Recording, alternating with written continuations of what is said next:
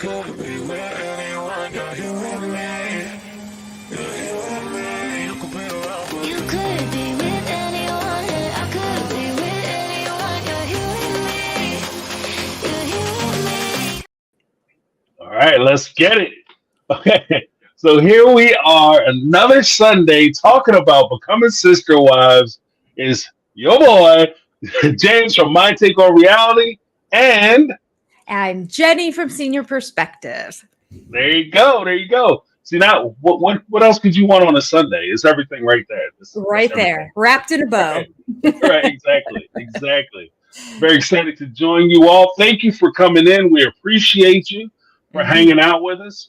I know it's getting ready to start that weekly grind, so it's always nice to have everybody get together and unwind and relax and discuss some foolishness on a on Sunday night. This week we are going to be going over celebrity, talking about Meri and her craziness. There is a lot. I think Meri is one of the more elusive sister wives, I think, just because she doesn't really put herself out there to where she's really kind of nailing down exactly where she's coming from. She's not really taking a whole lot of positions in the book. So we'll see how this goes. Yeah. She does have some things that she said in there to kind of perk my ears up, and maybe not for the reason why they would think. And when they wrote the book, I'm sure it wasn't like, oh yeah, I'm going to do this and this will get them charged up. Yeah. So we'll have that discussion, and we might even circle back because, like I said last week, Jenny had some things going on, and we might touch back on some of the things we talked about with regard to Robin's chapter of family that we talked about last week. So it should be good. It should be good. It will definitely be good. All right. So what was your? Let me just stay for the beginning. The whole concept that they're one season into the show when they're writing this book, and they have an entire quarter of the book to dedicate to celebrity, I just find hysterical and self-serving. Right. And even kind of put the stamp on it. Like, let's keep in mind this book was actually written only in like the second season, like around the between second and third season of the show. So for them, like now, if they came out with a book, they're like, yeah, for our celebrity and how we struggle with being notarized, our notoriety and the positives and negatives of being on social media, et cetera, it would make a lot more sense. But in your first 2 years, for you to claim that you're a celebrity, a little bit of a reach. Oh, yeah. 100% agree. Whose idea was it that this is going to be the topic that we're going to cover? And of course, it kind of doesn't even really cover celebrity. That's the ironic part about it. It's like if I had to come up with a topic for this, celebrity would be probably the 20th word that I would have to really cover this, because they really weren't celebrities at the time. So, I mean, it's interesting though. I found the chapter interesting. Right.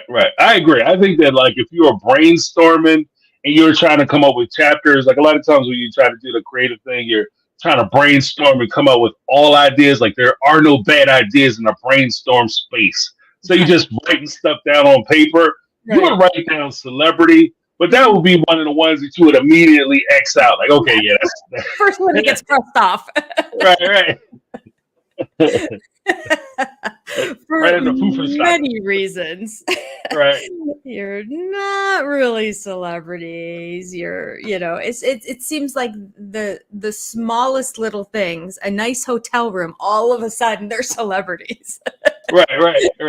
They put us up in a hotel. We met Oprah. We're rich now. Like, no. Yeah. This ain't get in trouble. Yep. This ain't get in trouble. Absolutely. Well, nonetheless, it's a good chapter in terms of trying to look at the AUB faith through the eyes of Meri. And it's most interesting if it's true. Because I was reading here, like, does she really feel this? Or is this part of the show line that we're serving people in terms of how Right. oppressed we are? I don't know. It's very interesting. It'd be fun to talk through it because I really don't know Yeah. what to make of her. Yeah, well, let's jump right into it because one of the things that as I was reading through the chapter, one of the things that really stuck out to me, what Jenny was even saying just now in describing the chapter is kind of the what I've termed or at least coined, and I've heard coined before, the oppression Olympics, where you try to create a scenario or an environment where you're being somehow held down, repressed, or somebody is, holding you down or oppressing you in some kind of way, and that kind of makes you a victim. But at the same time, you want to sit there and say, I'm not a victim, even though you spent the last 20 minutes talking about how you're being victimized. So Mhm. it's a little weird on that front, Mhm. especially being as though the only thing that she cites as like because her to be very clear, the victimology she's talking about is her participation in polygamy. I'm a polygamist and everybody hates me because I'm a polygamist. They can't stand me. I'm so oppressed. Oh my goodness, it's terrible. Yeah. But then the only example she really presents of oppression of polygamy that she provides is her losing her job. And that's not about polygamy, that's about the TV show and the things that are being revealed on the show. So it has nothing to really to do with like the fact that you're a sister wife. And that's just a feeling I had. So what are your thoughts on No, I agree with that completely. Here they've been. It's so confusing to me to buy into the narrative of them being such victims because of their choice of living polygamy, because she had lived polygamy her whole life, it? and and it was also a choice, and Janelle had been living polygamy for a significant period of time, and all of them for a significant period of time. Christine as well. Christine's the only one who I can kind of understand where she comes from because of the family history, and so I feel like the other sister wives and Cody are latching on to Christine's grandfather's history and Right, juxtaposing that onto their modern day current situation today, and thus saying, because this happened 2 generations ago, even though it hasn't happened in the past couple decades, it is therefore going to happen to us again, or right, is very likely possibly going to happen. So we're going to live in a constant state of fear, which I do believe they kind of did because they sacrificed their children within this fear. I mean, making them pick up and move, not being able to talk to their kids. Like, I mean, unless you really believed you were in the fear, that's just full on mean parenting and terrible hmm parenting. So they would have had to buy into it. But I just wonder why? Why do we keep going back to, well, this happened 20 some years ago? Like, there's right, polygamists all around now. You live in a community that's largely polygamous in polygamous homes.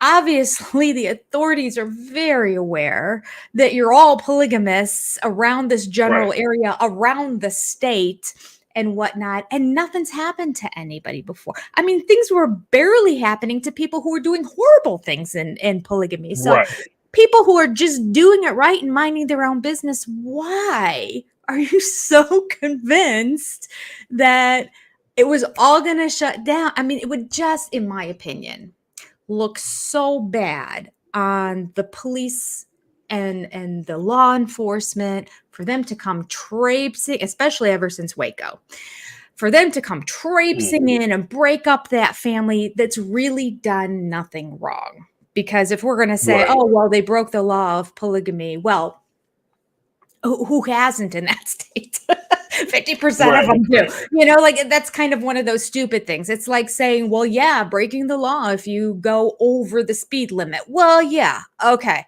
but most people do. So, Right, right. you'll look a fool if you get a ticket going 60 and a 55, like it's just sort of like, what's going on, especially if cameras are going to be filming it. You're gonna be like, what's up with that officer? Like, who doesn't go 60 and a 55? So this is where I'm coming from with all of this, but I'm reading through the chapter and thinking she seems to really believe that this was a terrible threat, which in some ways makes me very sad for them. I just don't know where that hype all came from. I have to say, I feel like Cody's the one that amplified it for everyone because he just seems the most irrational out of all of them. Christine most justified, but I think Cody's the one that pushed the narrative. And I think Christine wanting to always please Cody and try to get more in his favor because she always knew she kind of wasn't the favorite wife, probably went along with it. And it became a storyline for her in their family, even outside of the show, that like, yeah, I'm the one that, I have the personal experience and you're right, Cody, and we'll do this together kind of thing. So I don't know. I mean, we can kind of go through it and come up with specific lines and different things she said in here, but I teetered on, gosh, I feel really sorry for him that they really believe this because it seems a little delusional to me. And oh my gosh, stop being a victim, shut up, grow up. Right. And like, I don't need to hear it anymore. Stop the whining. You're fine. You're gonna be fine. It's okay. Yeah. Well, because the weird thing is that I can see a universe, and this is kind of where I'm at. One, I agree with you. I think that if, like, just from a bigger perspective, looking at this politically, because when we're talking about the district attorney making a decision that he's going to prosecute this particular family, this family who has been embraced by a large segment of the reality watching America, some of which may be in Utah. And for you to come in and break that particular family up is a lot. And it would cost you heavily politically, especially when it's exposed, as you had mentioned, when you talk about Warren Jeff's community. You talk about I know I keep throwing this family out the case to. Like you talk about these sects and these different organizations, and these are just the two I'm going to mention here. There are others that you could also throw into that bucket. And for you to go in and break up this normal looking family who it just seems as though the biggest crime they committed at most is delusion. And that's what their lawyer probably would argue, is that they aren't guilty of bigamy. They aren't guilty of any real crime other than they are deluding themselves into saying that they're married or that they have some legal tie to each other. Yeah. They can be boyfriend and girlfriend all they want. There's baby daddies running around all over the place in America, and nobody is locking them up just because they have more than one woman pregnant at a time and they have a bunch of kids with a bunch of different baby moms, or the ladies walking around with ADD, all different daddies for their kids. Nobody's getting arrested. It's just the way it is. And for you to target them would be a political nightmare. Yes. So I think there's that. But I will say on the other side, I think that Cody does feed into it, but I think that it's a larger communal problem because it is a source or a way for them to be able to maintain control over a lot of the ladies. Because you cut off a valuable resource by telling them that the police are not on your side. If you go to the cops and you tell them that I'm mistreating you, that I'm abusing you financially, or I'm doing anything to the kids or whatever the case may be, then you're going to jail. Like one of the things Cody said most notably, and this is why I'm not discounting that Cody is buying into this or help to protect her. Spit it out, James. Help to perpetuate this notion was that if you remember in season 17, when Christine was talking about leaving in the first, I believe it was the first episode, what did Cody say? If you leave and you go to an attorney, then they're going to take the kids. They're going to take the kids from them. And they become the owners of the children. So you'll lose. And knowing Christine's character, at least from the show, I don't know her personally. She didn't come by my house this morning for brunch. But knowing her from the show, she's the parent who, if she loses the kid, she loses the family, that will affect her the most. So you hit her where it's important to. And Mhm. you tell her that if she goes to the police, you go to the authorities, they're not going to be on your side. Not only are they not going to protect you, they're going to prosecute you. Yeah. And I think that it feeds into the whole notion of, was their fear rational? No. Was their fear realistic? No. But could they rationally say, based on the reasons that they're provided, that they're afraid that this is going to happen? I think that the church, as well as the members of the church, as well as the people within the smaller families, give reason or rise to that belief. What do you think? Yeah, no, I completely agree with that. It's the way the men can keep polygamy going, because Yeah, yeah. it keeps it secretive, it keeps it insular, it also makes it we're special.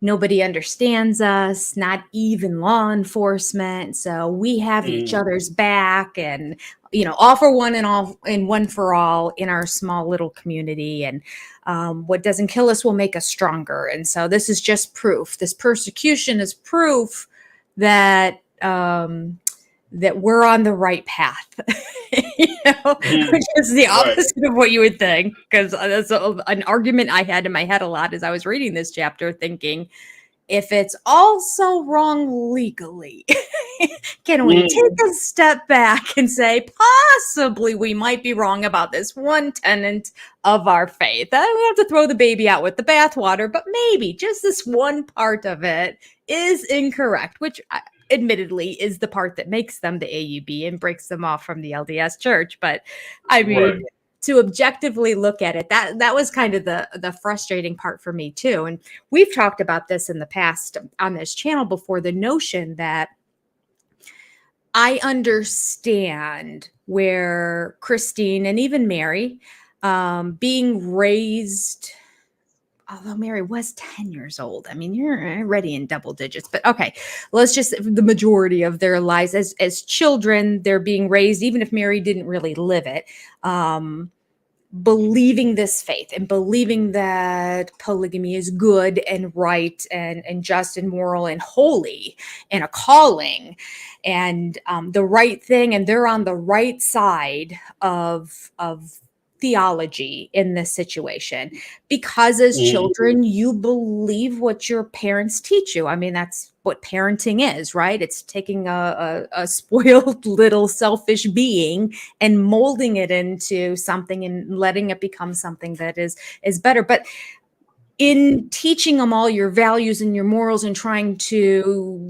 take out the negative selfish part of them and grow them into um, uh, good good citizens and good beings and all that, it comes that point in their teens and definitely in their 20s when you got to let it go free. Like, let mm, them go ahead and try different things out. I mean, that kind of is the beauty of the Amish.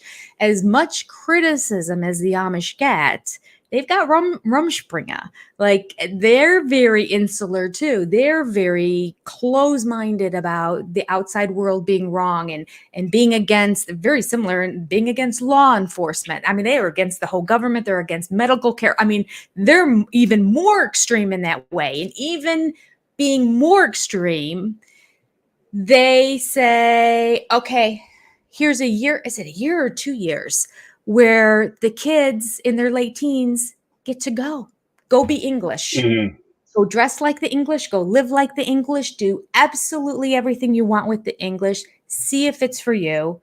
And at the end of this period of time, then you make a decision and a commitment at that. Well, they're not given that opportunity here. So I do understand right. the where they're coming from in terms of, this is what my parents taught me, and I love my parents and I respect my parents, and therefore I'm going to follow along with this too. But these women are not 17, 18, 20, and they're writing this story. And when they're writing these words in the book now, these are grown women who've had the Right. time to look and reflect and, as Mary said, be in the world, because they didn't live in one of those isolated communities. They were kind of out in the world, and yet they still really held on tight to this philosophy that everyone is out to get them. The paranoia is palpable in this chapter. Yeah, it's well because I think that the whole thing is that by keeping them paranoid, you keep them scared. By keeping them scared, you keep them controlled. Mhm. And one of the major things is that if you find yourself in a situation where you're outnumbered, it's very important that you capture people's minds and imaginations, Mm. because where you can't physically intimidate people, or or more to the point, you're not going to be around 100% of the time. I'm Mm. not going to be with you all the time, but you're going to be with you all the time. And if I can control you in how you think and perceive the world, then it's easier for me to control and manipulate you in the situation. Yeah. And when you have like abusive situations or relationships, one of the key things, and this is something that I've been talking to my daughter and to my son about since they were little, is that in any of those types of relationships, the very foundation of it is secrecy. And the very foundation of it is isolation. So you keep them isolated and you keep it secret. What happens with us is between us. And you can't share it with the outside world, because the outside world is dangerous and they're against us. So we are not only, you not only have to rely on me, but we're in this thing together. Yeah. And whatever happens to you happens to me, and whatever happens to me happens to you. And by me tying myself to you, my fate to your fate, when they talk about the family getting broke up, they're not saying like, okay, yeah, they're going to come lock dad up, they're going to come lock Cody up and take him off and put him in jail. The thing that they use is they're going to come get dad and take away the provider. Then they're going to split the entire family up, and then none of the kids will be able to talk to one another. Right. So it's not that I'm going to be punished. I'm not looking out for me. I'm looking out for you. Mhm. And that's the power in that whole, like you need to be afraid. Don't talk to the cops because it's us against them. And if they come and find out about us, then you're going to be in trouble. And it's always spinning around to that one point, you Yeah. know. Yeah. And- I think going forward too, I don't think it's in Mary's chapter. I think going forward it was Christine's chapter shocked me when I was reading that one live, because she admitted in her chapter this whole narrative that they've been talking about and verbalizing on the show about how the whole family would get broken up, the kids would get broken up. This happened in the past, therefore it would happen again. And Mhm. listening, and I'm jumping ahead, so I really shouldn't do this, but just because you brought it up, I just remember when I was reading it live going, what? This is not what they've been saying.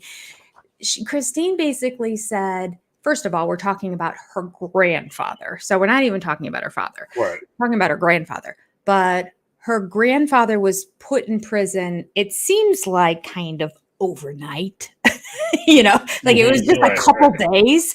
And then the women chose to separate and go into different states and all. I this whole time thought the police forced them, or somebody in law enforcement forced them to all live separately. That I swear they even came out and said that. But in her thing. So once I read that, that was like another one of these, So now all of a sudden, it's again not seeming quite as a pervasive, imminent danger as they keep presenting it on the show. Grandpa went Right. to jail for a couple days. Then he was released, and the wives all chose, out of self-protection, to just split up, which included in some cases going to different states. Now, mind you, if they're living on a border, there was a lot of kind of moving between Wyoming and Idaho, Utah, Arizona, just that whole area there, just kind of splitting up and moving around. So by moving to another state, it could be moving an hour away. So, it's hard for me. Like, there's no real explanation of what that looked like. So having that in the back of my mind as I'm reading this, I'm again in another situation of, why is it that we are not just looking at this logically? But then I tell myself, why are we not looking at this logically? It's the Brown family. That's why we're not looking at it. Of course we're not looking at it logically. Yes, we're going to, as we go, where we go, we go all. It's like, the mind think also kind of goes in the family. Like, what I think, we all will think. And I think that this is a threat. And therefore, we are all going to go. Kind of like how, what day are we going to leave? On Monday or on Tuesday? It's Cody finally just makes the final decision. And the wife's like, well, I don't really understand. Why? Because Robin wants to do that? What's going on here? Cody, I made a decision. Okay. In the end, fine. We'll acquiesce to you. So I think that's part of it, is just that it would be interesting if he would have written a chapter regarding this to hear his perspective, because I am sure it would be the most inflamed out of all of the people in terms of the threat, the persecution, the fear, and like you said, they were grown up with it. But I'm just like, where did logic come in here? Right. I mean, I feel like we all have those points in our lives where we're like, okay, this is the faith I was raised in. Here are the tenets of the faith. I question this little piece here. I need to look into this more. Like, I still embrace this part of it, but I'm not so sure about this and this. And, like I felt like there was none of that. It was all or nothing. Mm-hmm. Well, because I think that with Cody, we did see a little bit of that, but it was in season, I want to say season 6 or 7. It was around the time when they were living in Las Vegas. And it was a time when, ironically, when Leon came out and they were going to do the march, and Cody all of a sudden wanted to get political, because I think that in my perspective, my estimation of what I saw, I think that Cody kind of got the political fever, where he thought that he had the opportunity to run for political office, because I keep forgetting that brother's name, the bald-head dude. What is his name? Somebody in the chat's probably going, had the 3 wives, and 2 of them were sisters, and one of them was the cousin. Not the Dargers? The Dargers. Okay. So when he was running for office, and he was setting himself up to run for mayor, Cody got in his mind that he also was going to run for office. And he started in with the whole political speech. And that's where, my soul cries for freedom. When am I going to have my freedom and not be oppressed any longer? And he's doing like he's trying to do like, call on the spirit of Thomas Jefferson, and pick up the quill and write these great political speeches, but it was asinine. But the whole thing was that he was saying how he was being oppressed and how he couldn't take advantage of the American dream.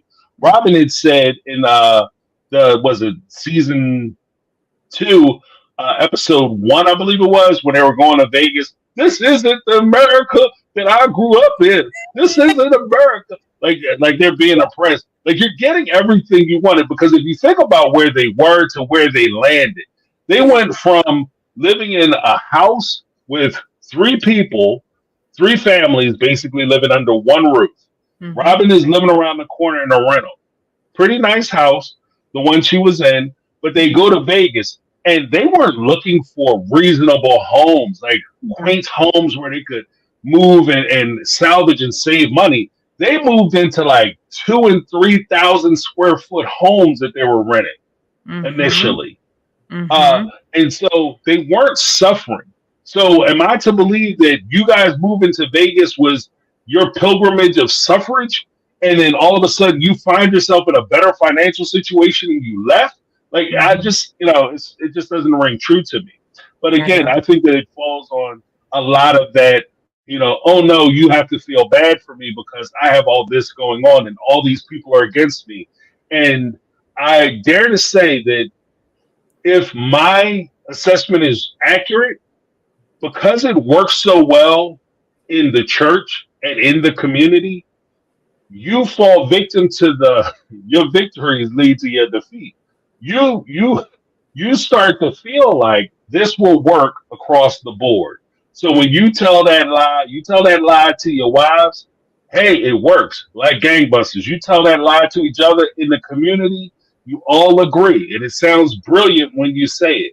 The problem is when you start to try to tell that lie to people who are not a part of your religion, are not a part of your community, it doesn't make sense.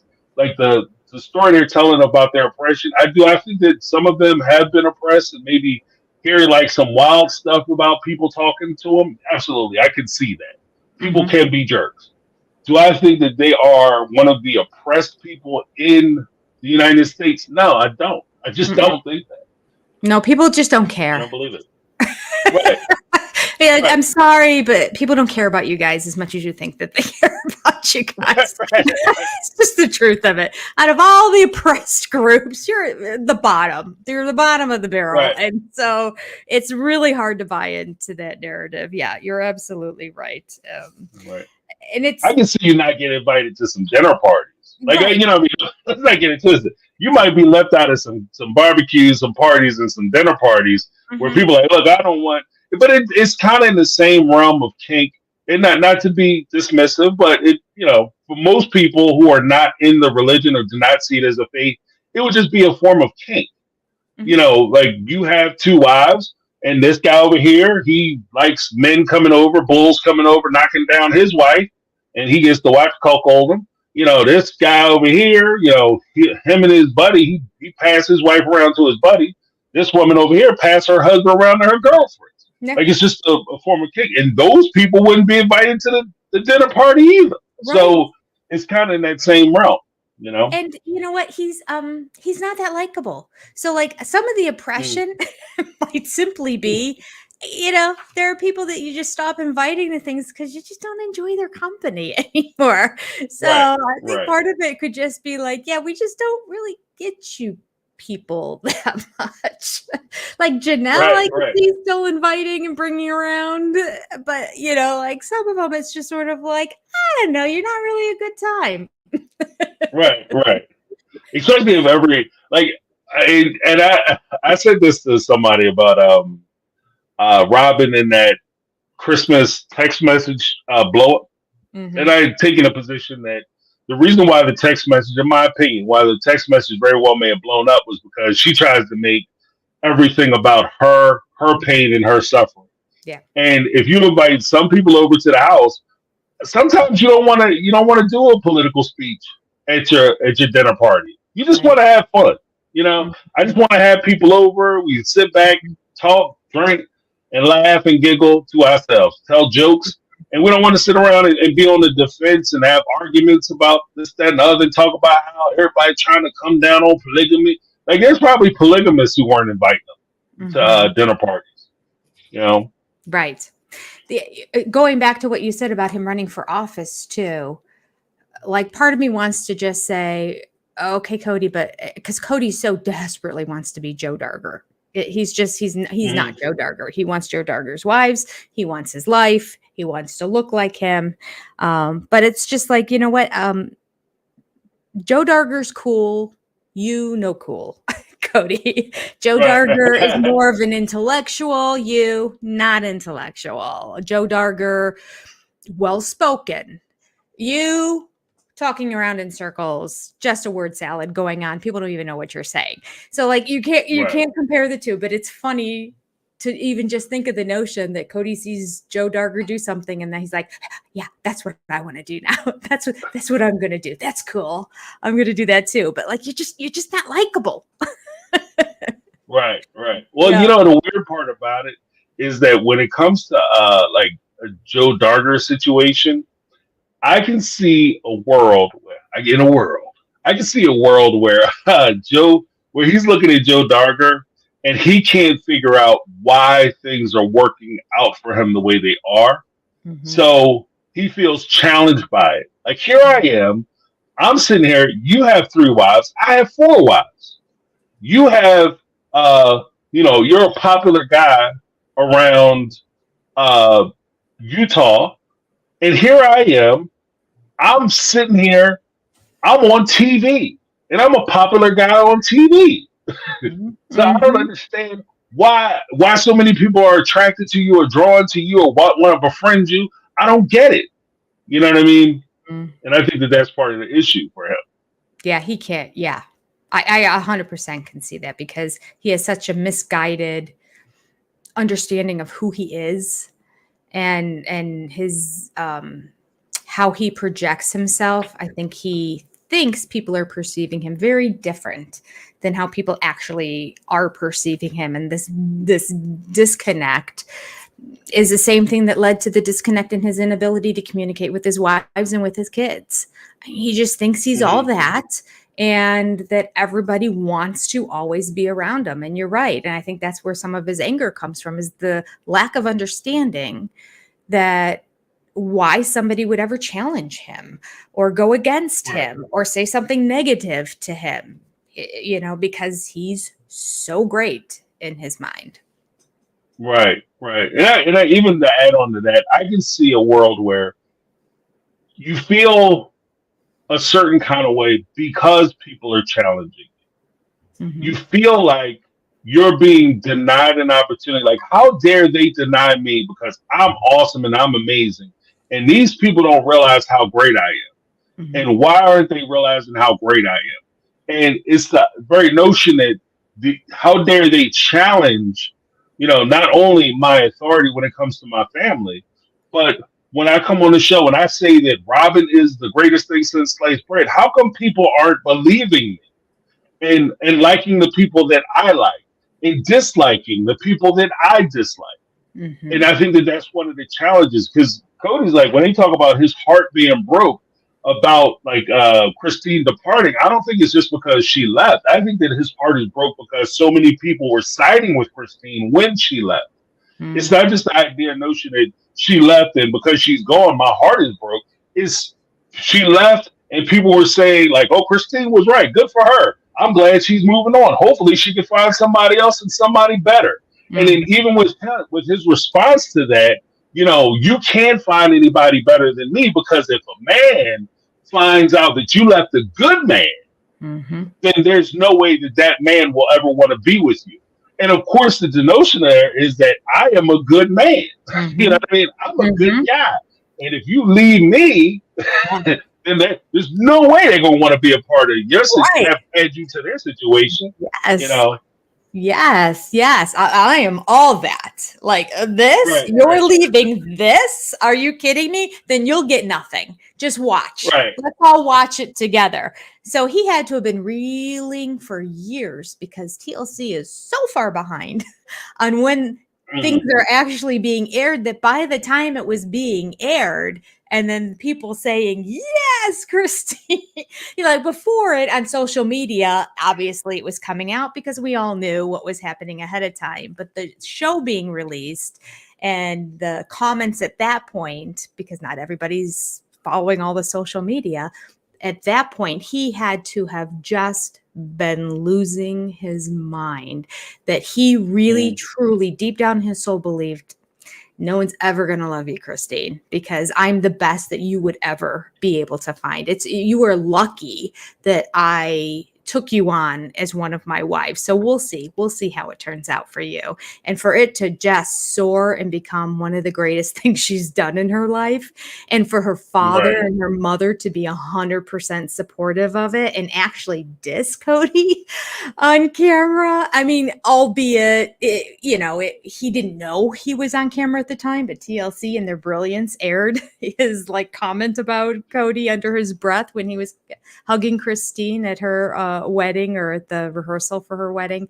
The Christine's father was so respected by Cody because of his standing Right. in the church, that, and knowing that his opinion is going to still carry weight in the AUB, even though he's not in leadership in there anymore. It's still going to carry weight. That is going to freak.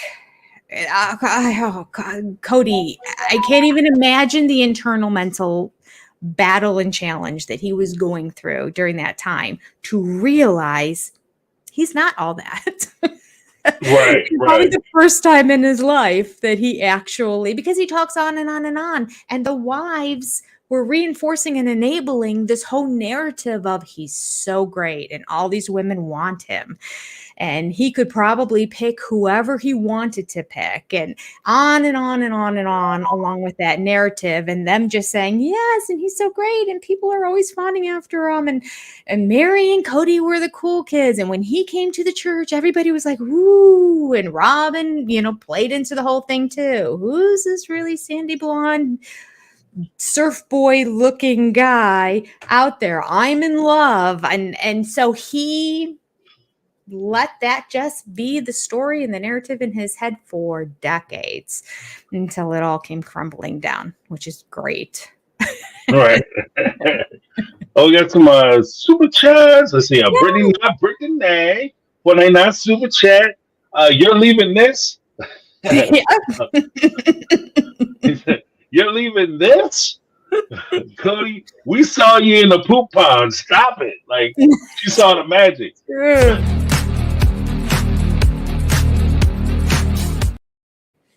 Thank you so much for the super chat. Something new. I love that, James. I love that. Oh, we got another one from Erica MF. $5 super chat. I stopped watching after they built the homes in Las Vegas. I didn't get back into until I found out Christine left. I was like, "Go girl!" Mm-hmm. That's pretty much where I was. Yeah. Like, you know what? I had started watching when I heard there was going to be problems at the Hoedown Ranch. But Erica MF got.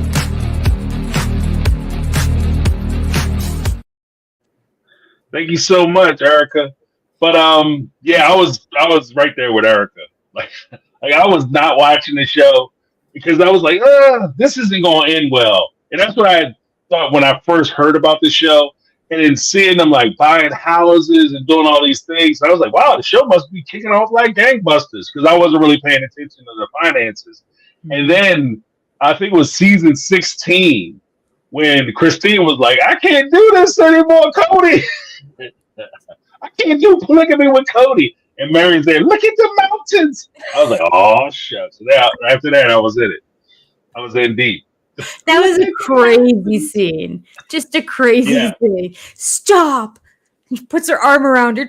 Look at the mountains. I'm like, yeah, that's good. She's now going to say, you know what? Cody's not that bad. Those mountains. That's all I needed to look at. That's it. I'm back in. You're right, Meri. Right. I don't know what I was thinking. Why would I leave a man when I have such scenery?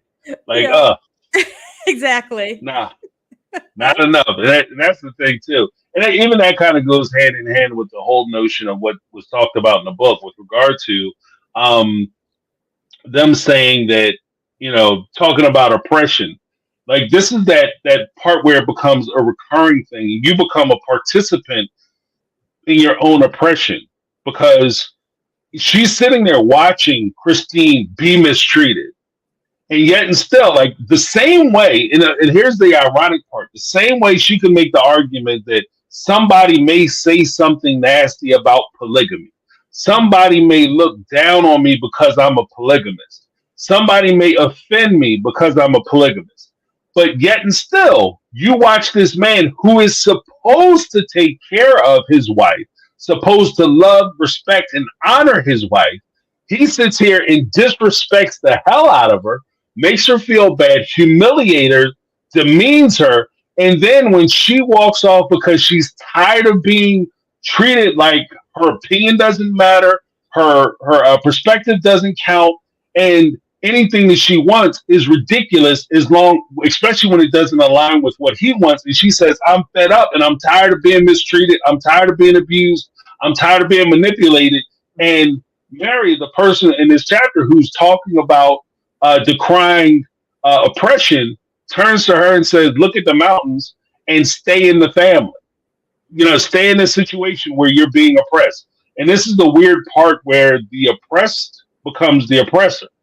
And that's one of the funky dances that I think a lot of these groups do, because it's not enough. They take the chains of oppression off the limbs and they put it on the minds of these folks, and they trap them into the system. So it becomes a system where they start to oppress one another, and you don't need the man coming down and saying, "Look here, woman, this is what you're going to do because I'm the man and I'm the patriarch."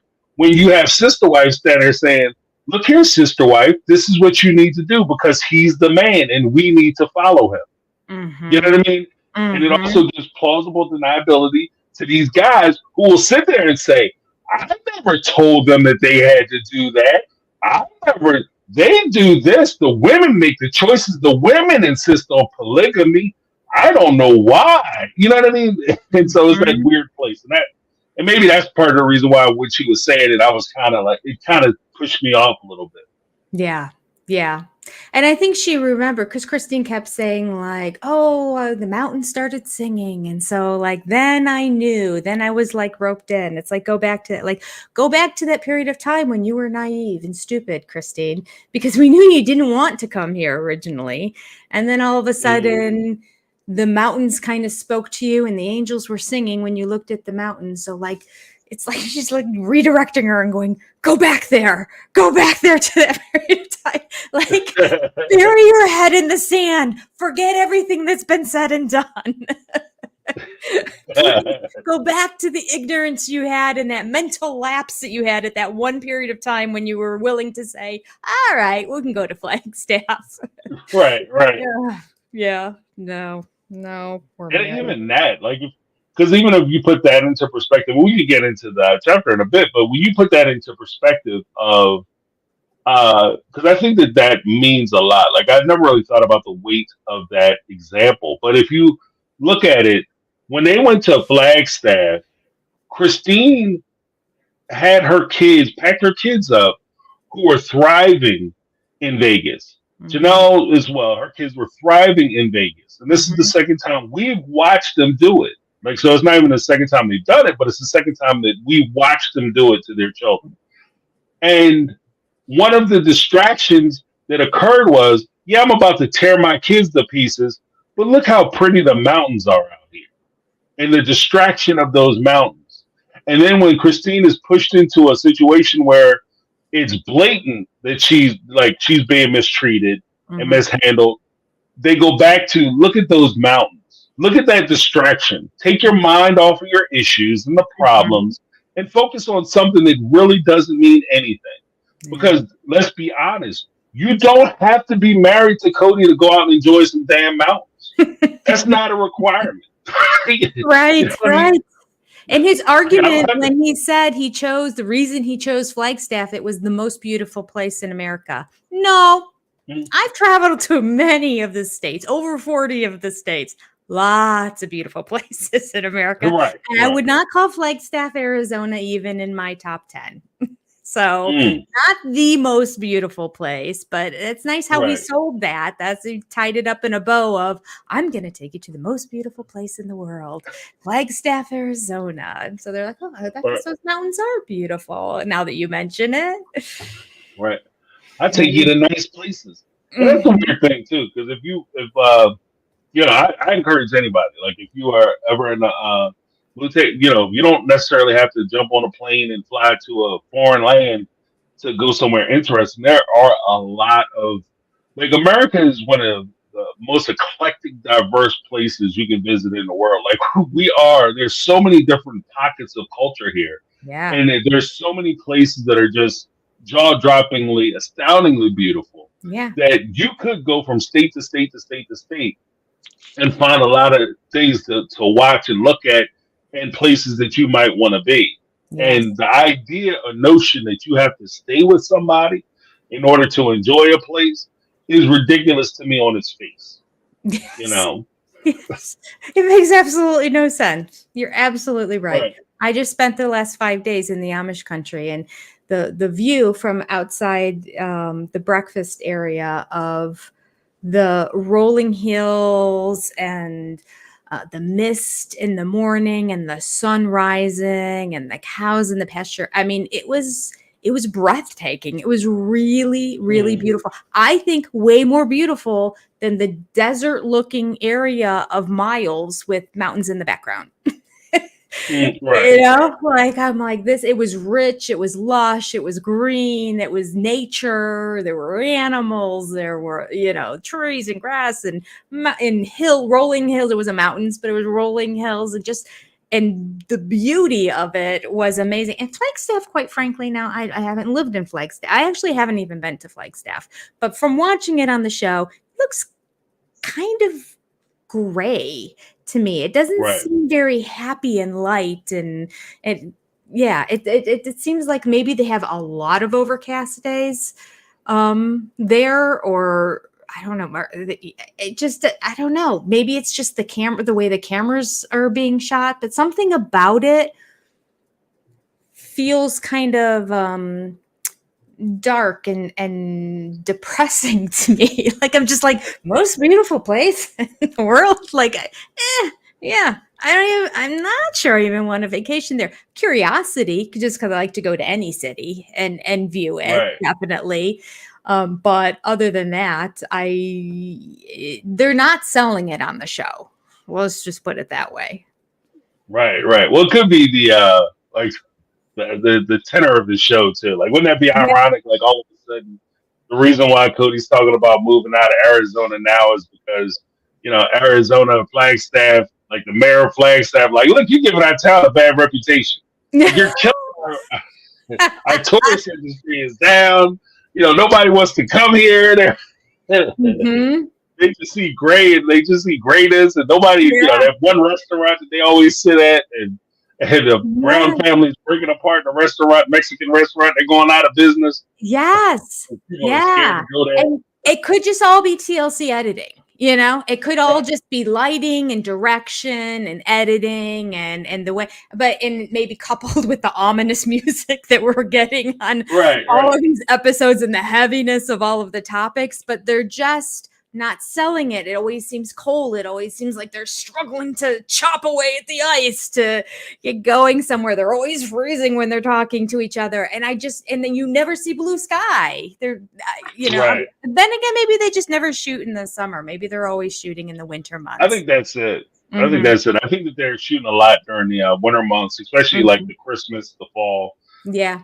So you're not getting you're not getting Arizona's best. Like, I think that's kind of the downside of it too, because they just. I've spent a lot of time in Scottsdale because my mother-in-law lived there for a while, and talk about blue skies and sunshine, and it was gorgeous. It was beautiful. Arizona is a beautiful state. And that's why I feel like, I don't know if they're really doing Flagstaff to service this show. You're right. The mayor might just say, you know what, guys, go. You're killing us. You're killing us. The Tourism Society of Flagstaff has voted, and you all can pick another town. Like, bankrupt us. It's like the the mayor of Jaws. Like, you guys are killing me. Shark eating everybody. I can't put people in the water. Exactly. What is your thoughts on the the overall thoughts on the chapter? I feel like they presented the LDS church as being very judgmental and very critical. That it was, I think that they were actually kind of, maybe that's how it is. I don't know. I'm not in the LDS church, but a lot of this persecution that Meri felt, she would point back to the people in the LDS church are going to feel this way. Not necessarily people in general are going to feel this way, which again goes to the smaller insular society that they feel like they have. Because I feel like they think if they branch out from the AUB, they go to LDS, like that's like stepping out in the world. Not realizing there's a whole massive 98% more to learn about and to see and to experience. So, yeah, I felt bad for people in the LDS church to not be able to have a rebuttal. Like, we're going to have somebody from the LDS church now give their perspective on this, but to say that they were frowned upon and denigrated, like, you know, like the terminology that she would use, you know, like unfairly criticized. I'm like, I don't know if it's unfairly criticized. It is against the law. So, Right. you know, so like she was very, or I also wrote in the margins, if this is true, that's sad that, you know, there would be this society that was that critical of them and that judgmental of them, that they literally wouldn't befriend them anymore if it happened. And maybe, okay, now we can go back to the Amish comparison again too. And somebody pointed this out in the chat as well, that as I talk about how wonderful it is for them to allow their kids to experience Rumspringa on their own too. It's not like mom and dad are taking you around the world to see other things. You know, it's like the kids go completely on their own, make a whole bunch of horrible decisions and experience life, which I think is what the purpose is from the society's point of view. Like, go do it all on your own, because we haven't equipped you. So you are going to fail in the end. And then you're going to come back to mom. But if you don't come back to the family, then you're shunned. So this is the only kind of shunning that I've noticed, that they feel there are people in the LDS church. And again, not being in it, I don't know. So if there's people in the chat who are LDS, you can speak to this. Do they still, maybe I believe that they did in the past, but do they still truly shun people who leave the LDS church and choose to live polygamy? Because that would be very different from the rest of the Christian faith. So somebody decides they're going to leave Catholicism and join the Methodist church or the Protestant church, or just go to a non-denominational Christian church. There's not any, you know, what? You know, it's just, so for them to essentially share the same tenets and the same scripture, but to, you know, choose a different part of it, to think that it's so incredibly horrible. I don't know. You know, it could very well be that, that they believe ours is the only right way and yours isn't. And therefore, clutch my pearls. I can't believe you're doing that.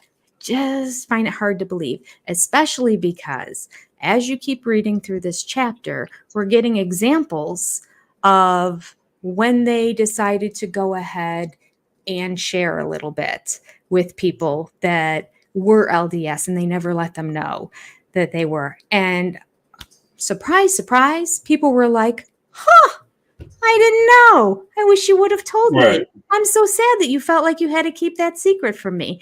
Over and over again. And on the show, it was the same thing when they decided to have that dinner in Vegas and invite all their old bosses and friends and colleagues and everyone they kept a secret from. They were all like, I just thought it was the coolest thing that I have a polygamous friend now. You know, they not only didn't judge them and criticize them, but they kind of went the whole opposite way of either it's so sad that you felt you needed to do that, to, you know, that you would think that I would judge you like that, or man, I think it's cool that I got a polygamous friend right now. I mean, that's how Janelle felt.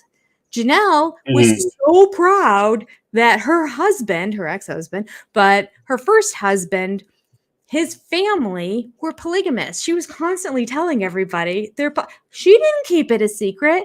She thought it was cool to be able to share that nugget of information, because Janelle's a little eclectic. She likes things that are a little bit different and quirky and odd and that. And beforehand, she's like, guess what? I know people who are polygamists. And I really like her. LDS church.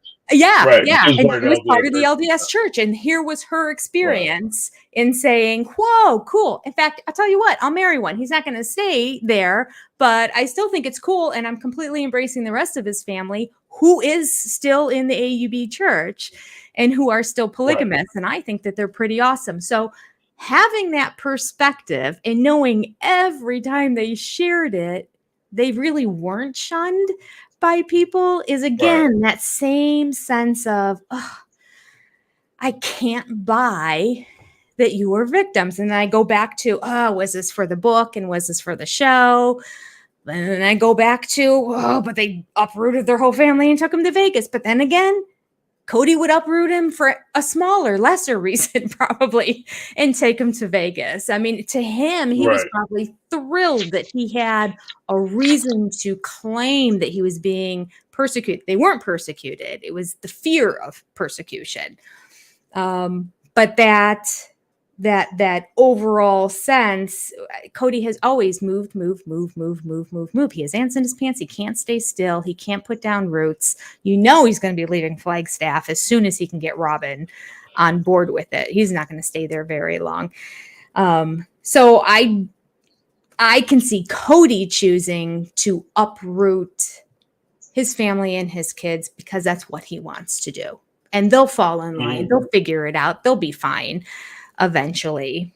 And the wives just kind of followed because they believed him and the whole persecution part of it. But yeah, I found it also interesting that Meri points out and says that, they've spent their whole life keeping this a secret. So then that's when I go back to, okay, maybe she really did believe it. Because if they've never told anybody and they, tried to live amongst the community and not live in one of the little towns that was polygamous, although their house had to look like a polygamous house, but that's neither here nor there. But she said, lying is not part of our faith. And I'm thinking, I think it's an essential tenet of your faith. Right. To say that lying is not part of our faith. And she says, nor is it part of my moral compass. And I would believe that it's probably not part of her moral compass. I would believe that it was probably difficult for her to lie. So she said that it was difficult for her to do, but to say that it's not part of her faith, I'm like, doing something illegal is condoned in your faith. So, and therefore you have to lie. It's an essential part of your faith. So I found that a little bit disingenuous, and I felt it like, oh, she's just confused. She just really, I feel like she just keeps going back and forth between, I've been told so long that we're persecuted and we need to be afraid, that I'm stuck in this. I'm scared and I'm a victim and everyone's out to get me. Even though I kind of know it's not true, and she's kind of mixed up with it. And to say lying's not part of our faith, and then in a couple sentences later to say we have to do it, it's part of, no, then it is part of your faith. Like, do you not understand these words you're putting on the paper? Right. These two things do not go together. You can't say you spent your whole life lying because everyone in your faith says you have to, and then say lying's not part of your faith. Right. I mean, there's no doctrine that says lie, but y'all do, y'all have to, in order to live the faith that you're choosing to live. So yeah, the whole background, having her describe what it was like to grow up polygamous and the persecution she's felt her whole life leading into right now. It was really kind of difficult to believe. And, if we go back to the show too, I was so over the numerous scenes that TLC did where the wives would run into somebody at a clothing store, run into somebody at a jewelry store, run into somebody at a restaurant and say, did you know we were polygamous? And always having to share this information. And time after time again, the people looked at them like, yeah, okay, that's great. Don't care. Yeah, but thanks for sharing. It's like they tried to have a reaction because they felt like that's what they were supposed to do, and be like, oh yeah, and do you think that's okay? All right. The only person I have ever seen have a negative reaction was on Seeking Sister Wives, when the Salhudins were at that floral. Their mom. And the lady, at the parent, the mom. Yeah. But remember how, I mean, in terms of a random and, we're buying it for our sister wife, because, and again, one of those TLC setup scenes, we're going to share about how we're polygamous and see how the society reacts to it. And it is like 99% of, okay, whatever, to each their own. It's a free country. Or that's kind of cool or interesting. Or a lot of, I've never met a polygamist. Oh, that's interesting. They seem normal. Okay. That one florist lady she was not having it. she was Right. She said She's some not a fan. She was pretty strong things about the two of them for living that lifestyle. So, and that's the only time. That's not even on this show. As many times as they force them. Right. The Well, most, the the one most. time. I'm sorry. The most uncomfortable I ever felt Mhm. was when Robin was showing the pictures of her kids, and in Christine's family picture too. And then Right. the gentleman could not speak English very well. And Mhm. she then decided this would be a good opportunity for me to ask him or for me to share with him that I'm a polygamist. And do you understand what that Right. means? It has nothing to do with anything we're doing. This could just be a second. It's just like a second marriage. Like, here's the picture of the Right. man with his other kids. Very normal in America.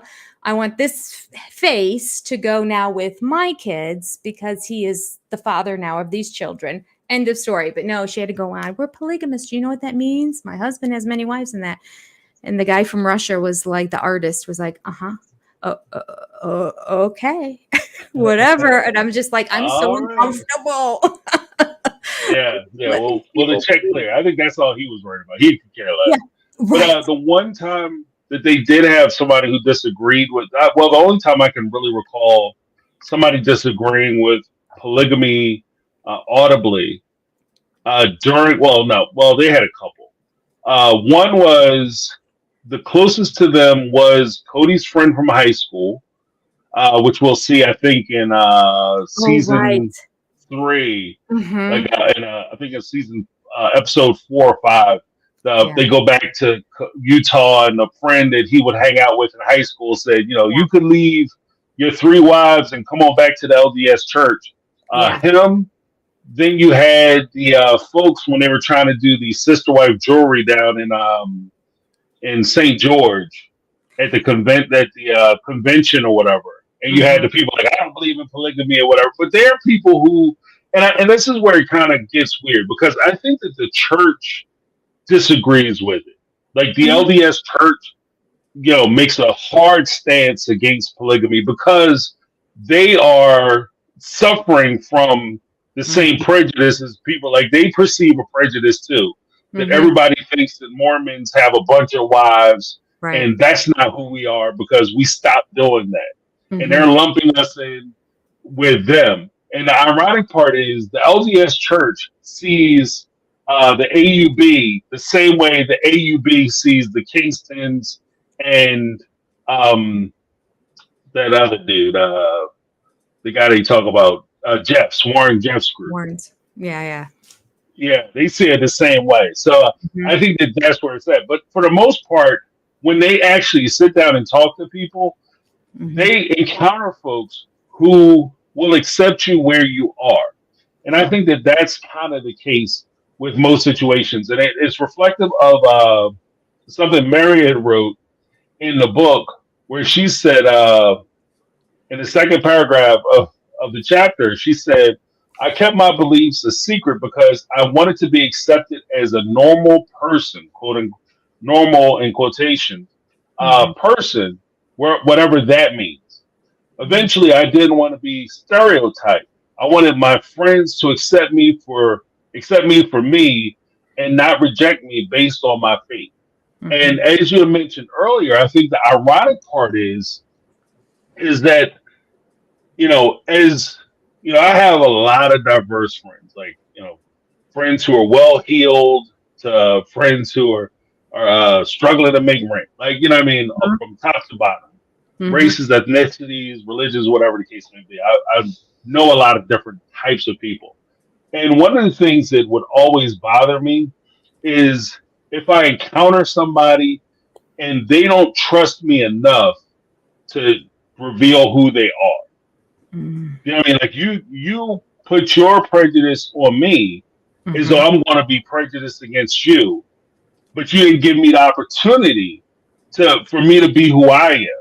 So so as much as you may say, "Well, I was afraid you wouldn't like me," well, I'm faced with the reality that you didn't trust me enough to tell me the truth on who you are. And I think that that's one of the challenges that, like when Meri talks about like some of her friends feeling a certain kind of way, that's one of the challenges that you're going to have is because you're not being honest with them about who you are, and Right. you're hiding a significant thing back from them. Let me give Daisy Reyes. Where's my clicker? Can't find my thing. What the heck? Oh, here it is. I think. Oh, so unprofessional. Daisy Reyes. Daisy Reyes. Here we go with the super chat. Yeah. 999. Robin didn't want son to contact bio dad and college. Super, thank you for the super chat. Yeah, I think that's accurate. She's talking about, for those who may have forgot, because it took me a little bit to get to it, but what she's referring to is why they moved to Arizona. And that does make more sense than a lot of things that I've heard as to why it was so important for Robin to be out there to try to, you want to head off any contact that he has. So you always want to keep him in your house and keep him close so that he doesn't stray off and talk to outside people, which is ironically pretty much in line with some of the things that we're talking about here with regard to how uh, uh, keeping people afraid and keeping people close to you through fear. Your dad doesn't want to have anything to do with you, so you shouldn't contact him. And I want to make sure you stay in my house so I can keep you safe from this person who's going to hurt you, when that person very well may not mean you any harm. I want to keep, you guys should be afraid of who you tell you're in a polygamous relationship, because those people may hurt you. But as you mentioned, you have example after example after example of when they do reveal to somebody that they're in a polygamous relationship. Most people don't care, and if they do care, it's more or less from a point of fascination. They're fascinated by it. They're not, oh my God, you disgusting, get away from me. That's not the conversation that they're having. And if they are having those conversations, I wish she would have illustrated those conversations in the book. Yeah. But she didn't take the opportunity, which leads me to believe that those conversations never happened. Yeah, no, I agree with that too. And I believe that these would be thoughts and ideas of people in like their teens, because, in high school, people are much more judgmental and much more opinionated, much more, I'm right, you're all wrong philosophy. But again, it goes to they're now grown adults, and to think I would be so hurt if any of my friends ever didn't tell me something because I thought I wouldn't be their friend anymore. Like I can't even wrap my brain around that. Yeah, like I might not agree with a choice that they're making and all that, but I would still love them the same. I would still have the same relationship with them. It wouldn't change who we are to each other anymore. And for them to really believe that all these people are no longer going to want to hang out with, Cody's friend admitted that at first he thought he was all crazy and all that too. Okay, well, he was in his early 20s at the time when this all happened, and that's when the dissension happened. But like now, he's hanging out with them, they're rekindling their friendship. Like, this is another example of, and he clearly still does not agree with Cody's choice and all of this, but we can see examples of, in the end, that's your choice, and I'll still love you as a friend. If you like him as a friend, then you like him as a friend. Right. And I think that that's a good point too, because one of the things that is very weird is that they a lot of times they'll look at it and say, I don't understand why these people are making choices about our faith, our religion. But then at the same time, we just talked about it last week on Sister Lives, where you had the example of them going to the church to get the kids involved in another faith so that they can be around kids who are closer to their faith or their religion or their moral standing. And they decided not to do it because those kids, there's something with those kids, that there's something wrong with them. And I don't want my kids associating with those kids. But then at the same time, had they gone to the church and the minister had looked at them and said, well, I don't want my young people influenced negatively by hanging out with your kids because I don't approve of your faith and your beliefs. They would have lost their minds. Like, it's okay for them to be prejudiced and bigoted, but as soon as Yeah. somebody does that to them, then it's I can't believe they said that. Yeah. They had no idea that in that scene they were doing exactly what they didn't want to be done to them. They were judging Right. and they were making opinions and judgments and decisions based on what those people believe in. And we don't want our kids around them in case they might influence. Yeah, you're absolutely right. If the shoe is on the other foot, this is what they're trying to avoid is a situation that would be the opposite of it. And here's this poor, nice young pastor guy who seems very meek in that, who's like, no, they would be welcome here. Our youth would welcome them. It would be okay. And Christine loses it. She's, I just I don't want my kids here. right. Like, why? They might be exposed to other religions. Which is it is weird too, because you guys are all gung ho about them going to the big high school in Las Vegas, the public high school in Las Vegas, Yeah. and exposing them to all those things. But then when it comes to them going to a church organization, all of a sudden it's no, I don't want my kids exposed to that negative church atmosphere. Like what kind of church is it? What do you Right. think was going to happen? What do you think the Presbyterians do behind closed doors? Right. There's no secret meetings and secret curtains or anything. It's all out there in Right. the open. And the youth group, they're really getting together and they're like having water balloon fights and playing games and listening to music and just it's a social thing. It's a fun thing for them to get together with kids and for parents to know the kids are safe. They're not drinking. They're not doing anything wrong. They're having wholesome fun with other kids that are like-minded and just want to have wholesome fun too. Like the harm in that, there's none.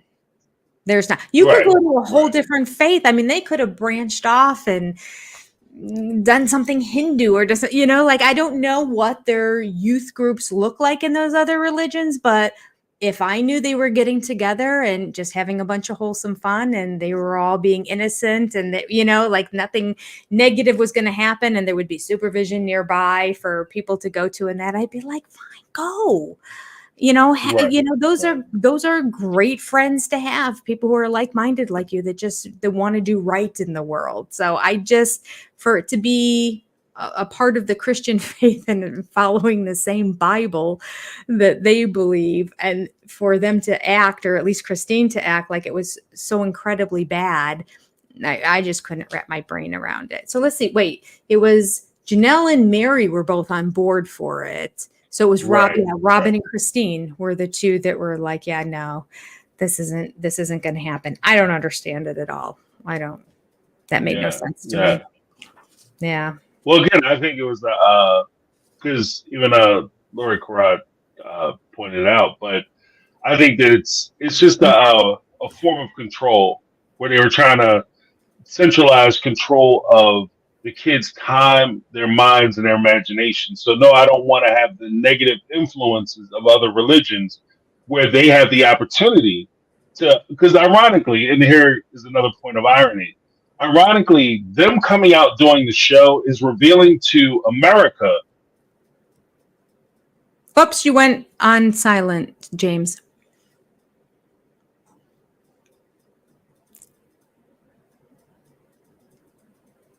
There we go. Okay.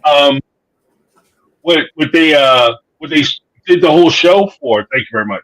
What they did the whole show for was to demonstrate how cool they were as normal people and they're just like everybody else. And the only thing that would have been revealed if the kids would have been able to go to this youth group was the kids would have found out that the people that are in different religions are normal and they're just like everybody else. They're not the, hateful people who are sitting around judging them because they're polygamous and they're part of this community.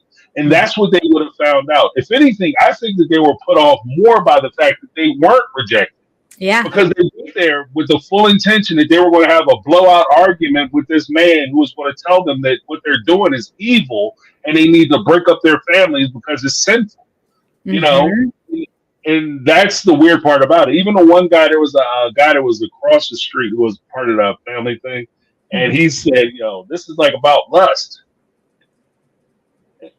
and this isn't a positive thing.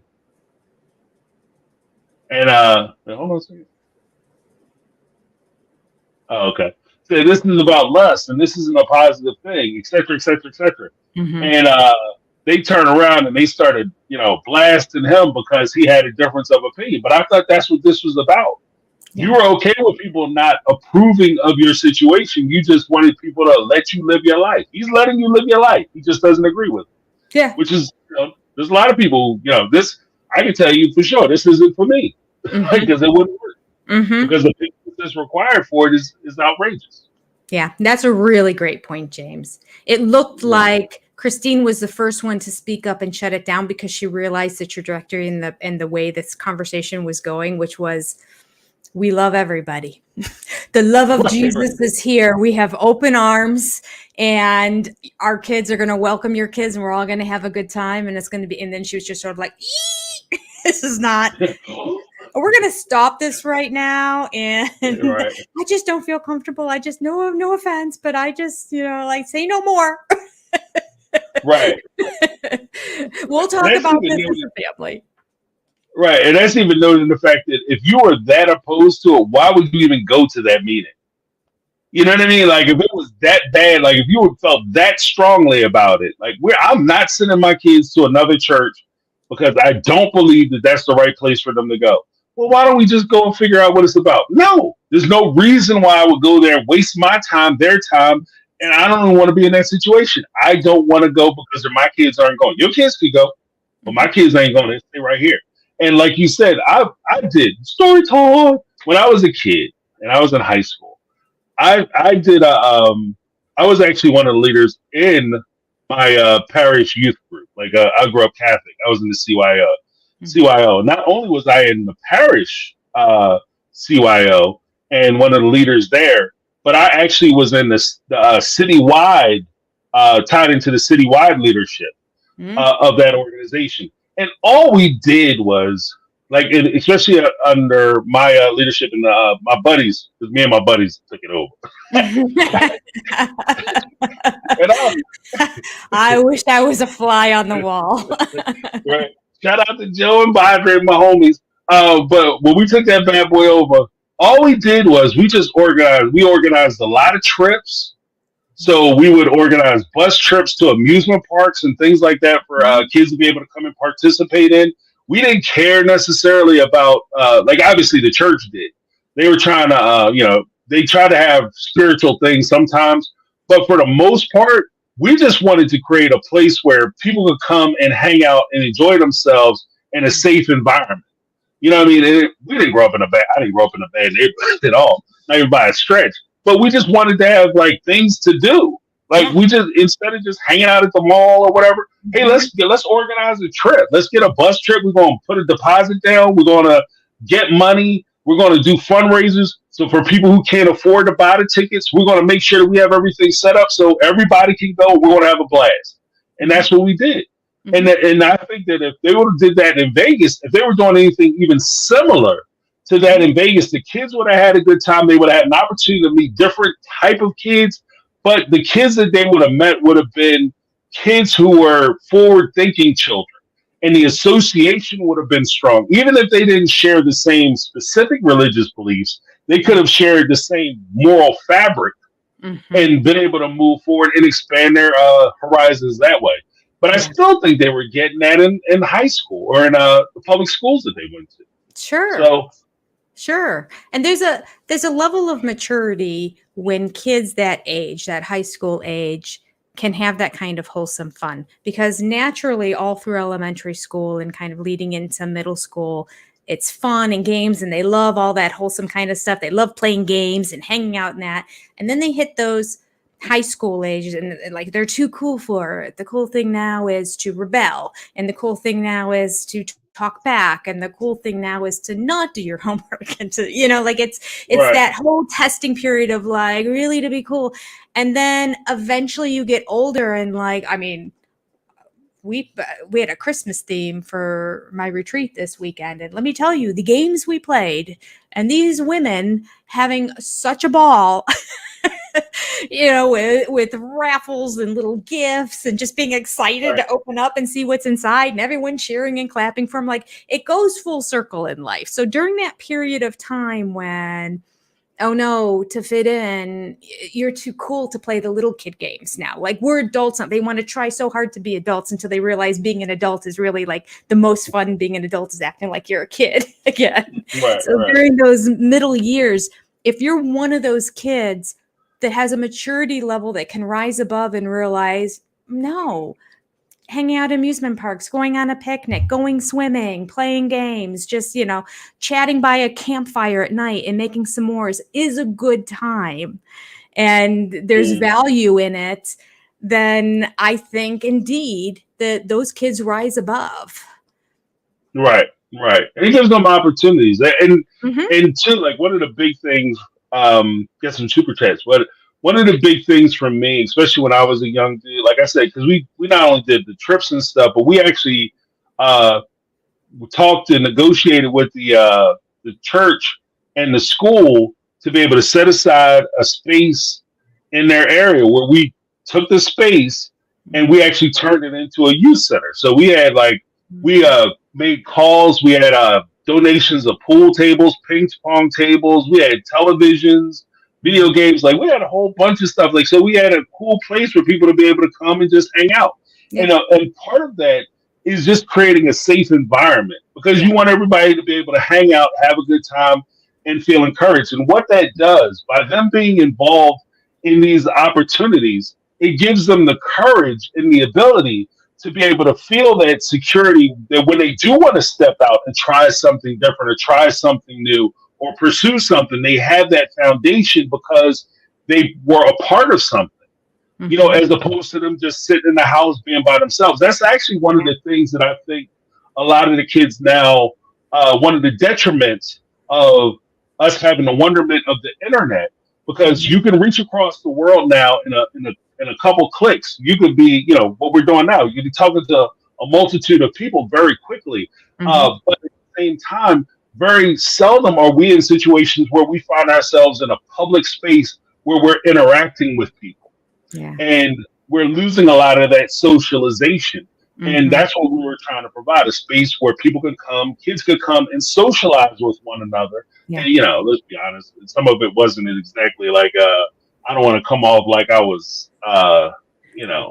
Friar James. Like, some of it was, obviously, I wanted to meet people too. Like, I was creating opportunities. Right. But that's what it was. Like, we were creating opportunities for people to be able to come together and hang out, I find it interesting too. This, I think, was their first opportunity to really see other faiths do embrace you. I think that their world was just LDS, and the LDS, again, wanting AUB to go away because they're not servicing the LDS church that well. And because there is some, depending on who you're talking to in there, you are going to get some judgment from them, that they then projected and put that on all faiths out there. So this is the first time every youth group I've ever been in, or that my kids were in, they don't care if you have any faith. They don't care if your faith is completely different. The whole concept is we're all just getting together and having a good time. That's really what it's about. It's like, we're giving you an opportunity to do something that's not bad, that's not wrong, and to meet other people that, may be similar minds, may not be similar minds, but in general, somebody has encouraged you to come there to just have a good time. So generally speaking, it's going to be a positive outlook that way. And I think that it was eye-opening for them to see that, okay, so maybe some people in the LDS church don't like us, but that's, I don't think, the norm out there. I think most people are very inclusive and welcoming of other faiths. I understand that there are some that are not going to be, and there's definitely going to be fringe groups of every faith that are not going to be accepting. But I think this was their lesson in learning that, yeah, you know what, people are generally accepting. Right, right. Let's do Brittany, not Brittany. Not Brittany. Brittany, not Brittany. Down there to check, and it didn't even apply to Robin's kids. Okay, let me give you a quick thank you.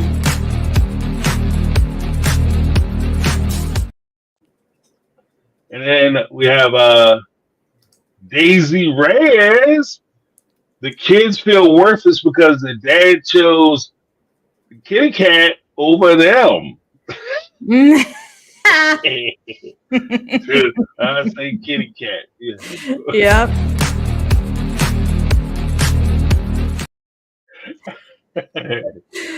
That's true. The rules don't apply to Robin and her kids. That's absolutely true. You don't see them going to the LDS church. You don't see them involved in their faith. You don't see the whole notion of 18 years old, bye-bye, you're on your own. Figure it out. Leave. You know, like, no, they're well into their 20s. They're all still at home. Like, the rules don't apply when it comes to Robin's kids.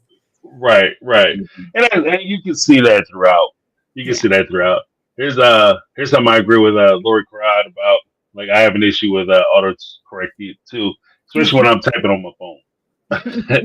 Yeah, me too. Sidetrack. But yeah, I mean, I think that was very revealing. And then, like you said, there was a lot in this chapter where it talks about a lot of the perceived confrontation as far as stereotype was concerned.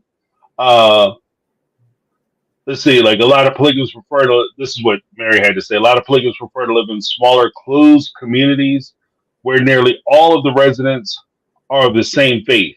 And this is like the precursor when she starts talking about Leon's thoughts on polygamy and faith. Because from her perspective, actually, this chapter, depending on how it works with the other wives, I guess, this chapter actually probably could have been described better as faith. Because that's what they're talking about. Yeah. You know. Yeah. Not to try to rewrite your book, ladies, but definitely. This has far more to do with faith than celebrity. But there's like a paragraph about celebrity, and that's it. Yeah. People knew who I was. Anyway, this dang going church. Which is funny too, because like somebody decided we're going to make a whole section celebrity, so go ahead and write, and this is what she came up with. Right. Nothing. I got nothing. Because she wasn't a celebrity, so yeah, you know, at least not at the time. Yeah. But I dropped my thing. But so when they were talking about Joel, no, not Joel. When they were talking about Leon. They're saying that Leon was in a situation where they felt insulated because they spent so much time in this community and they thought that it was okay. So Leon was very open about being a part of a polygamous family, which goes against a lot of what she had said before, because Meri came out and said that, well, we kept it all a secret. It was so important to keep it a secret, and nobody knew. Even the people that I was close to had no idea that I was a polygamist. And then in the very next breath, oh, but Leon was telling everybody. And Leon was naive because they thought that everybody was accepting of it. But I'm going to go about the business of demonstrating. And this is the weird part. Like, I get where Meri would be coming from as a parent. If you think that your child is naive about certain things, that you want to try to open their eyes to the world, it can become destructive in that same sense that if you use the information that you provide to them about opening their eyes about the dangers of the world as a means and method to try to make them afraid to pursue their dreams, hopes, and desires in the world. You need to protect yourself from the world, so you need to not be a part of the world because the world is a dangerous place. I think that that's a wrong-headed message. The message should instead be, this is what the game is. These are the rules. You need to operate with it. Learn how to move in the world safely so that you can come home. But I want you to experience as much of this as you can. Mhm. And that's pretty much the take that I try to have. Like, my daughter, she actually today is her birthday. Happy birthday, J baby. Um, Yay, happy birthday. yeah, right, old Mhm. lady. But one of the things that I talked to her about, like, especially as she's starting to become even more young lady, is that there.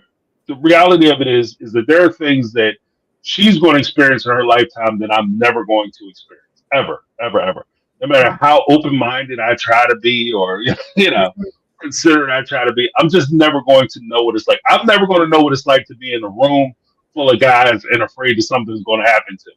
Mhm. Yeah, I might be in a room full of guys that think they might jump on me and beat my ass, but I'm not going to be in a room full of guys that'll be afraid, like, oh, I'm drinking too much, or they talking Yeah. kind of loose, and so there's certain things there's certain realities Mhm. that she has to deal with, and that's a reality. That's not me saying. So if I talk to my daughter about that situation, I'm not saying to her, you need to be afraid of all men because this is something that could happen to you, and so therefore, when it comes to men, you need to be terrified. No. Mhm. This is what happens in the world, and these are the type of people. There are good people in the world. There are good men and there are bad men. Mhm. There are kind men. There are evil men, Mhm. and I want you to be able to see the difference. But at the same time, I don't want you to limit yourself in with who you talk to and who you expose yourself to, and what experiences you have. And I think that that's the subtle difference, and that's not necessarily the message I received from Mary.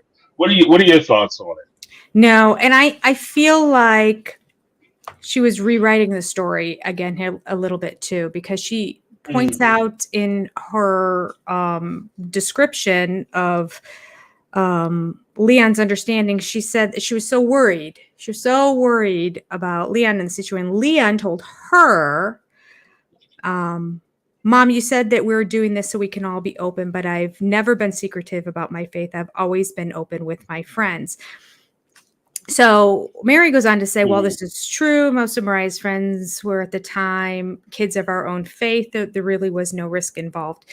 So I'm saying in this paragraph, as she goes on to talk about Leon's friends were predominantly of the faith, there's two things that struck me.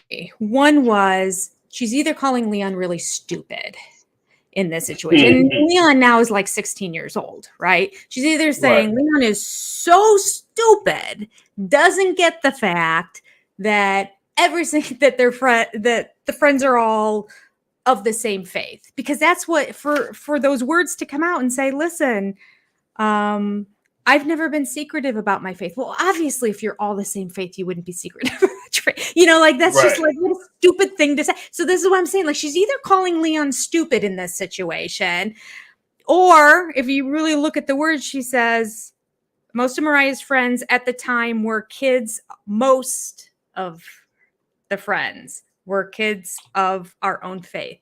So I think what Leon was referring to were the kids that were not of her faith. So Leon's trying to point out, listen, I've kept this a secret to nobody, and I have friends that are not in our faith, and it's been okay, Mm, and it's been fine for me. But she won't accept that. It's this victim mentality too, and I need to protect Leon from the world because Leon just doesn't understand. And then that frustrated me to read that, because I'm like, let Leon go. Leon just told you, mm. I'm okay. I've told people and they're all fine with it. So you should be okay with it too, Mom. But she won't have it. It's like rewriting that narrative. Leon doesn't understand. Right.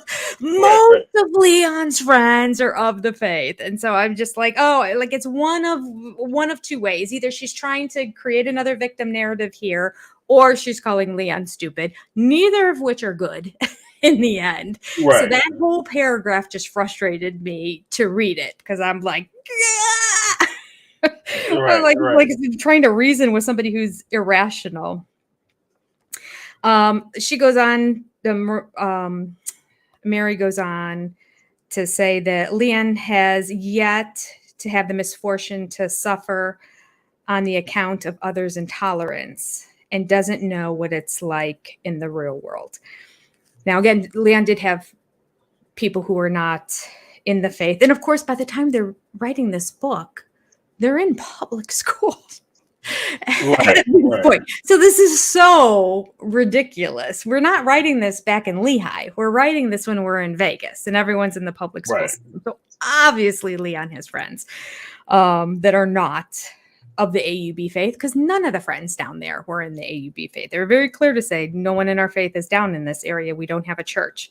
But I found it very interesting. This whole conversation starts leading into Meri being so scared of Leon not understanding the intolerance that's out there in the world. And I'm like, I think Leon so understood the intolerance that's out there in the world, because Leon was dealing with the polygamous faith, and Leon was also struggling with identity at the same time. And Meri had no idea that all these thoughts were going through Leon's head at the time. So I think the person that understood intolerance the most was Leon, because I think Leon has felt it all the way through, but also thought, I can never speak of any of this. And the reality is, without the show, I wrote this in the margins at some place, where would Leon be without the show? Because the show is what really was the precipice to open their minds, to let them be comfortable expressing who they are. And of course, the parents in this thing were trying to express that polygamy is okay, but deep down inside, Leon's thinking, who I feel I am and what I think I am is okay too. The way God made me is all right.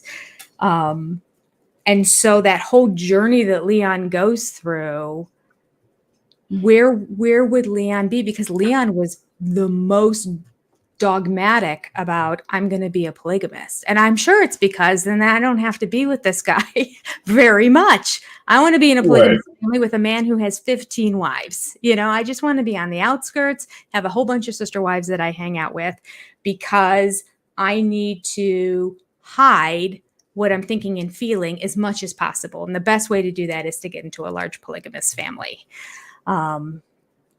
So I found it very interesting that I think Leon benefited the most from the show in terms of the ending outcome, because I really think they'd still be in Lehigh, Utah, if there wasn't a show.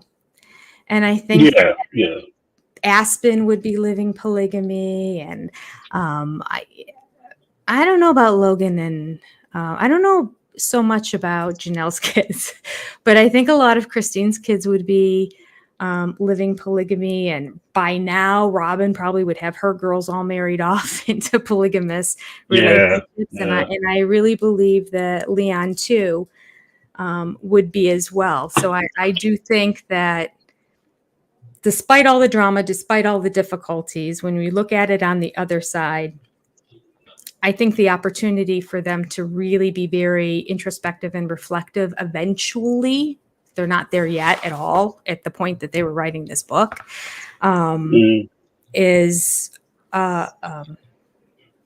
because of the show.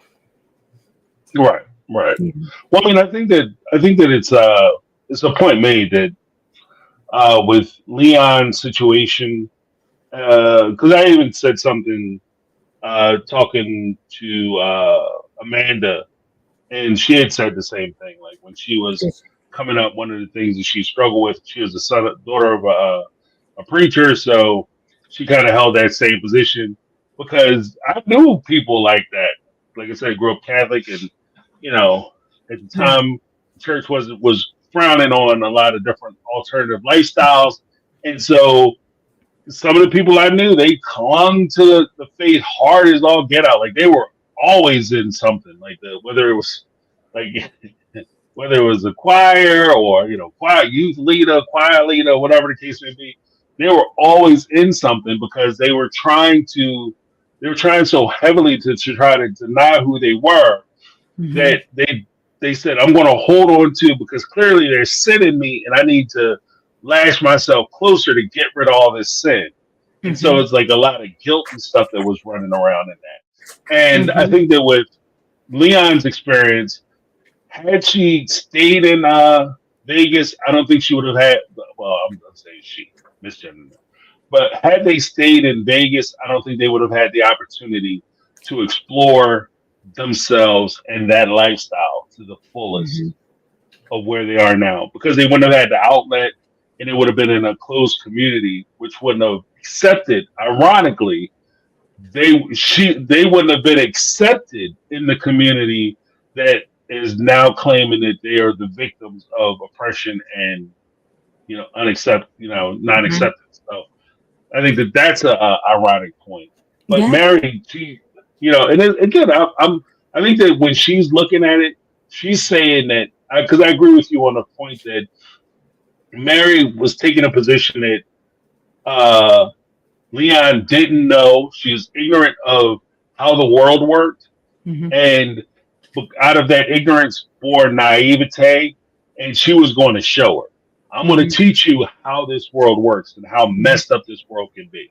Mhm. And that's it's there is a point where you try to teach them so that they don't have to learn the hard way, but it Yeah. doesn't help. Yeah. You know what I mean? Yeah. It doesn't help.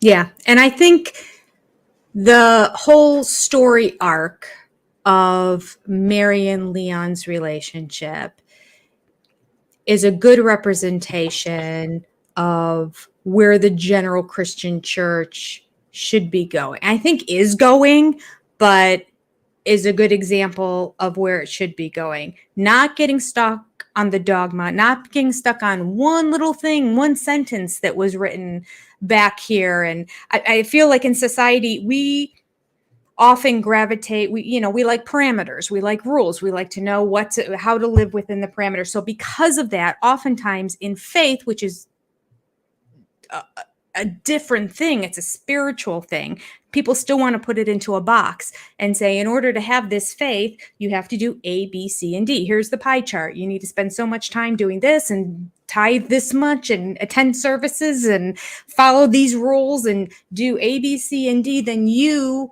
are a good Christian. And Mary is showing that that's not the point of it all. The whole point of it all is love. That's the bottom. That's the Right. theme that goes through the book. That's what we're supposed to get out of it. Love everybody. And Right. we're getting stuck in this persecution of people, not persecuting other people, mind you. The Bible says way more about divorce than it says about homosexuality. The church is silent on divorce. Hmm. Why? Because 50% of Americans are divorced, and there would go the congregations if they Right. started Right. preaching up at the pulpit about how sinful you are living each day in sin if you are divorced. Now, again, there are, exceptions also provided in the Bible for abuse and for et cetera, et cetera. But that being said, just in general, like falling out of love, I'm going to get divorced. It's not condoned in the Bible, but yeah, we're getting stuck on this one aspect of it. So Mary has done a beautiful job of showing this is where I started. This is my faith, to the point that when my daughter came out, not So, transitioned, just came out as gay, huh? she had zero, her facial affect, Oh, no opinion. we'll just. Oh no, good, good. Is everything okay? Yeah, yeah. I was just talking to someone. Good, Okay. good. You're good. Okay.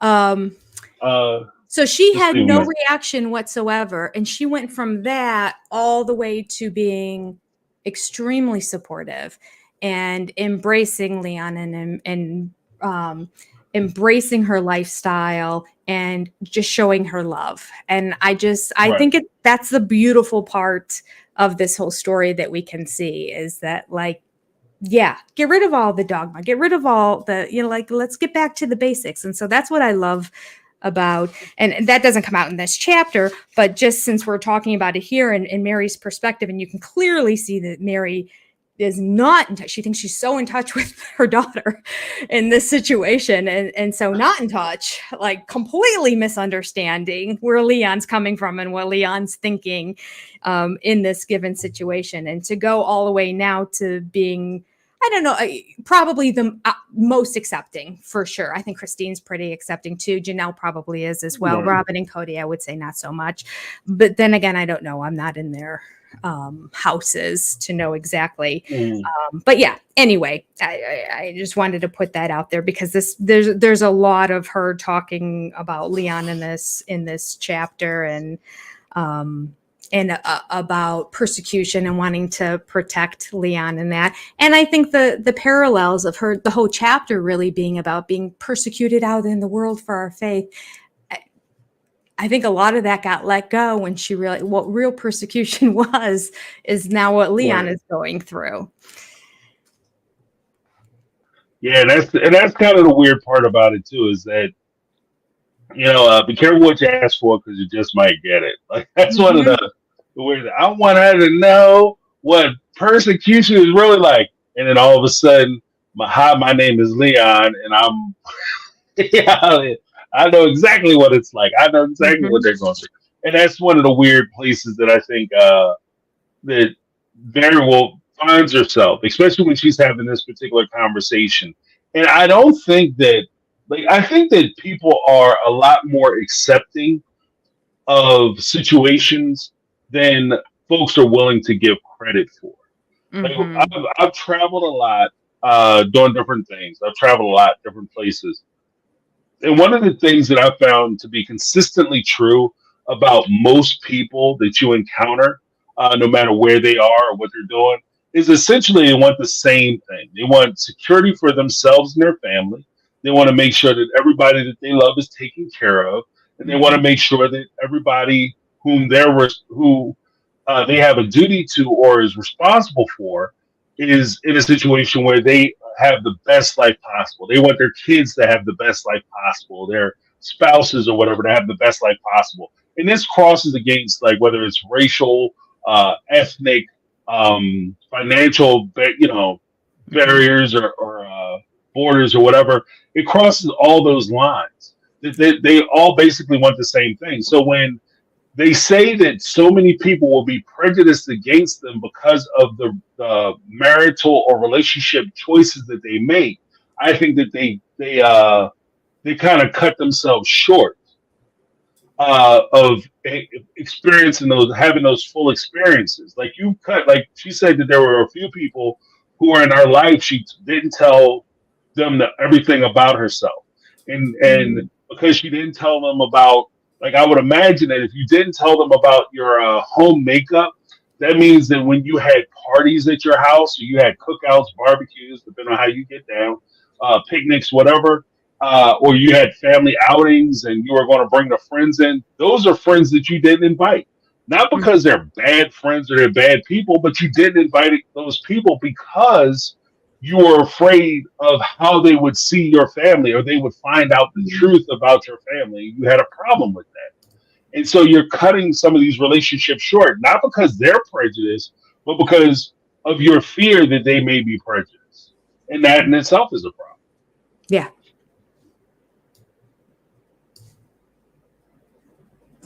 James, you went silent again. Oh, did I? Wait. No. Oh, here you go. Yeah, I'm sorry. I stopped talking.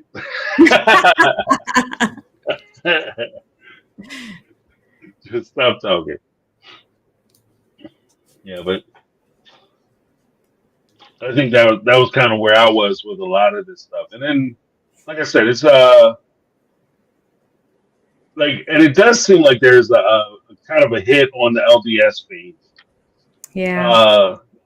Which I kind of get from the perspective of when, for instance, when Madison and I think somebody else tried to join the LDS church, and they were told, Madison specifically started going to a lot of the services and this and other, and they told her directly, you have to disassociate yourself from your family because we can't have you in the church because it's a bad example. I get it. that there are people who you may have experiences with, their faith to your faith, and they might not like you because of that. I get it. I Mhm. get it. But at the same time, it does seem like she harbors a lot of that distrust and that dislike isn't one sided. It Mhm. feels, at least the way it's written in the book, it feels kind of like it goes two ways. That's a Yeah. two-way street. Yeah. She doesn't like them and they don't like me. I like them because they don't like me. Yeah. Right. Well, and Yeah. isn't that just part of life too? This whole victimhood mentality that they keep touting and pushing forward. It's like we're all persecuted and judged in certain ways and at certain times. Like it's just part of life. There are people who aren't going to like you because of different parts of who you are or what you are. I remember when I was like around college age, I was at a um, well, I was aware of security in stores because I had done a part-time summer job where I was one of those uh, deli demonstrators in the grocery store. Oh, They would okay. like cook up the sausage and cut it up and serve it and that. Hmm.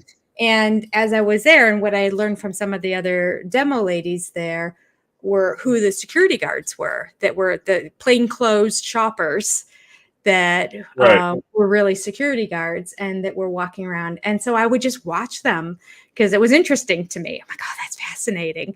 And see how they interacted and how they would kind of follow certain people. Like there was a pattern to it. And when they kind of had a hunch that something was going to go awry and how they would smell the fruits and how they would kind of be in the vicinity, but not be right on top of them. And so by learning that, I was very aware during college when I was home at one point. I was at the mall and I was shopping in one of the department stores looking for something in particular. I don't remember what, but I remember looking through the clothes and that, and there was very few people there. And so there was one lady nearby. And then I stopped and I went to another area and there was a lady. And then I went to another area and the lady was a little further off. And the way she was kind of like looking through the clothes, but not really looking through the clothes, it was so obvious. Like I could just match it to exactly how the security guard was acting. But in that situation, I didn't go, oh, what? Because I'm in my 20s? You think I'm going to steal something? Like it's just like I didn't like, oh, what? Because I'm a woman? I'm going to I need to. Right. I Right. did, I just found it funny, actually, kind of at the point, and I just thought, I could keep this going all day if I wanted, and just have her keep Right. following Right. me around and look for something. But I had something to do. So we've all been in situations. We've all been judged for whatever it is about us. And I guess that's what bothers me about it too. It's like they find one little thing and they're like, you know what? Here's Mhm. let me give you this one incident. And I'm like, I don't think I've ever told anybody that story besides my husband about how Right. I was being followed around there, because I didn't take it personally. Oh, you know what? They're doing their job, whatever, So they targeted Right. me as the person who's going to steal something here out of the rest of the people that are here. I get it. Whatever. I'm the demographic out of the women who are here, but you don't know. I would never do that. So you might want to Right. just look at Well, some of these other ladies. right. Right. You're The ironic part is fine, but all right, whatever. So it's situations like that as I read through this, I just think, again, we talk about this one tiny specific example, but then we'll say, oh, there's lots of other examples, but you don't really ever hear of any. I really believe if there were lots of right. other examples, we'd know what they were because they would make a point to list them and give us lots of examples of them. I just don't think that they were as persecuted as they like to project that they were, and maybe that they think they actually were. Right. Right. Well, because I think that there is a certain level of power in persecution, or at least a perceived power in persecution. Mm-hmm. Because when you have an oppressed group and they're talking about their oppression, they if they get any recognition for the things for their experiences, then it's perceived as, oh, they must have some type of power, they have some type of favor. That's not the case.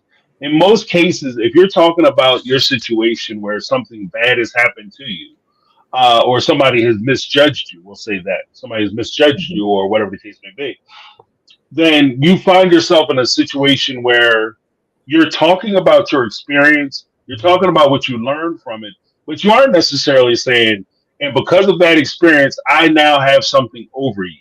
It's just an experience, and Yeah. you're just sharing your experience. There's no power in it.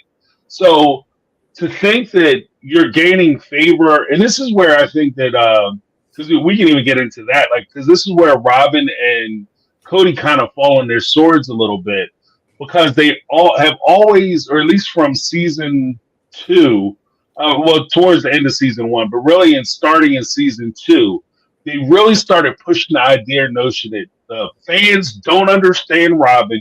You misjudged her. She's actually a really good person, and she's so sensitive, and you guys are victimizing her. And she's being victimized not only by the fans, but she's being victimized by the sister wives, and she's being mistreated by all these people, and it's not fair. And this is what you need to do, and therefore, this is why you should like her, and she should be the most popular person on the show. Mm. And I think that it falls short because you can talk about the experiences that she had, even if she was being ridiculed or made fun of or put down or denigrated by the sister wives. You can talk about her experiences, but that doesn't necessarily mean that I like her more. And even if I do like her more, what does that really mean? There's no advantage in that. And I think that that's kind of the lost part of it is that there's a perceived advantage in that victimhood, but it's not a real advantage. You're just talking about your experience. Yeah. I remember there's one point where I'll talk about a time where somebody misjudged me. When I was story time, when I was a young guy, not a young guy. Actually, I was. It was that long ago. I was in a bar and I was hanging out doing karaoke. So I guess it was probably about 10 years ago, 15 years ago. And there was a guy, I talk to people. I'm a talker. So I'm sitting there and I'm waiting for my turn and I'm talking to this guy. And, he's been hanging out with me all night. And then he goes on to tell me about, I guess, seeing me, my size, my stature, or whatever. He assumes that I'm one type of person. And he starts to tell me about how he owns this karate school down the street, and he's a black belt. He owns this karate school, and he be doing this, that, and the other, be beating all these people up. And the ironic part about it is that the karate school that was down the street was actually part of a kind of a franchise. There was like several schools that were owned by the guy who owned that school. And I personally knew the guy who owned the school. Like, I'm friends with the guy who owns the school. Like we're good buddies. Like I've been to that school. I've competed with that school and all kinds of stuff. I've done a lot of things with that school. So I know everybody in the school who owns those other karate studios. And it was just the fact that, like, on its surface, it was kind of funny to me that he would tell me a lie about being this tough guy who knows all this martial arts and he beats all these people up because he owns his own karate school. On the other side of it, it occurred to me that he only did that because of my size and maybe because I'm a black guy, maybe, but certainly because of my size. That he thought that it would be impressive to me if he could tell me stories about how he could beat people up. I'm not the guy who likes causing a lot of problems. I go out, I like to have a chill time. I don't like going out finding people I can fight with. And that's not my thing. So if you tell me that you're a tough guy, that's not fun to me. You put yourself on the don't, no fly list with me because I don't want to go out and fight people. Two, the fact that you felt like you needed to tell me that, and this is why I was saying that, this is where it becomes like you as the person who is the outside person can get in their feelings. I felt a certain kind of way because you felt like you needed to tell me this to be my friend or for me to like you. This is a lie. You told me that you felt like, you couldn't fit in with me. You couldn't sit in a bar with me and just sit here and talk at person to person, man to man about anything unless we have this thing in common. We don't have to have this thing in common. And I say all that to say that when I listen to Meri talk about it, you don't have to be the subject of prejudice for you to say that you didn't feel comfortable revealing who you were. I understand that it could be a scary thing for you to tell people that you are a part of a polygamous family. I understand that. Yeah. but I don't necessarily. You don't have to be the victim of all this outside scrutiny, and the society is coming down. You don't have to be all those things. Mm-hmm. I felt like I wouldn't be accepted. I was scared. There's nothing wrong with that. Like, Mm-hmm. that's just as valid. That's just as valid. You know, I Yeah. was scared. Yeah. Nothing wrong with that. Yeah. You know. It's part of all of our lives. We've all been there for one reason or another at some point. And you certainly don't have to say it over again and again and again and again. It's like, all right, let's find something else to talk about. Right. Like, you just don't have to, you know. And I kind of feel that way with her. Like, even when, like you were saying, like when they go out and they do the cringe thing. Oh, we all share more than just menus. We share husband. Meaning we're all sleeping with him. Like, yeah, cool. TMI. Like, I don't even know about your sex life. And again, like one of my pet peeves is that they would always say things like that. Oh, we all, you know, when like they did the reception. Oh, if you guys don't mind sharing, oh, we share more than the menu. Turn. But if the lady would have said something in response to that or in tandem to that, then all of a sudden it would have been the most offensive thing. How can she talk about our sexuality? We're very private about those kind of things. Like, if you put it on the table, it's on the table. Like, that's how I roll. I don't know about you. Like, that's how I roll. If you tell me a dirty joke, then the door's open. Like, it's dirty joke season. You know what I mean? If you want to cuss, I can cuss too. Like, we can do some cussing fools. You know. But you can't cuss at me and tell me like, farkanugan, and then as soon as I say a dirty word, then all of a sudden it's whoa, whoa, who are you? Whoa, you disrespecting me. Like, what are you saying? You know, Are you for real? Right? This is not appropriate. Like, I don't do that. So, oh. It starts to eventually. This is where the chapter kind of takes a turn. So now there's like a tiny little paragraph about being a celebrity. But you know what? Actually, this celebrity thing, as it goes into, and I have a couple notes as this chapter goes on about this. You know, I have a few things that I've been commenting about, but I do know that I found it funny that Meri at one point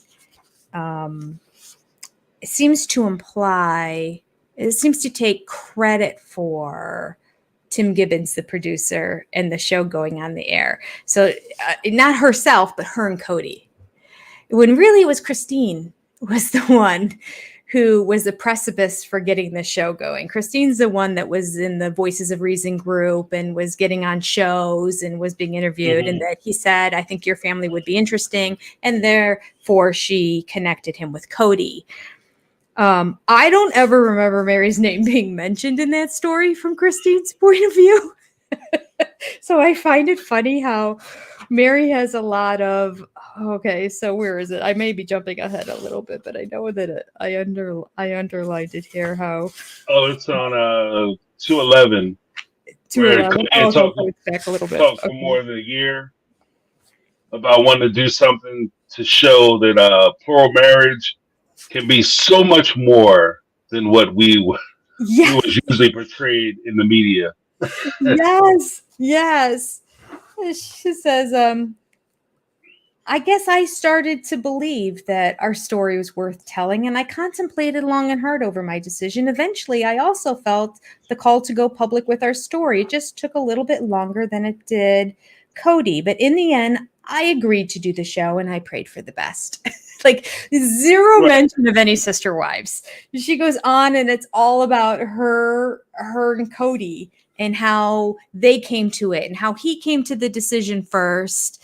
And, you know, again, he believed that he was called by God. And what did he say here?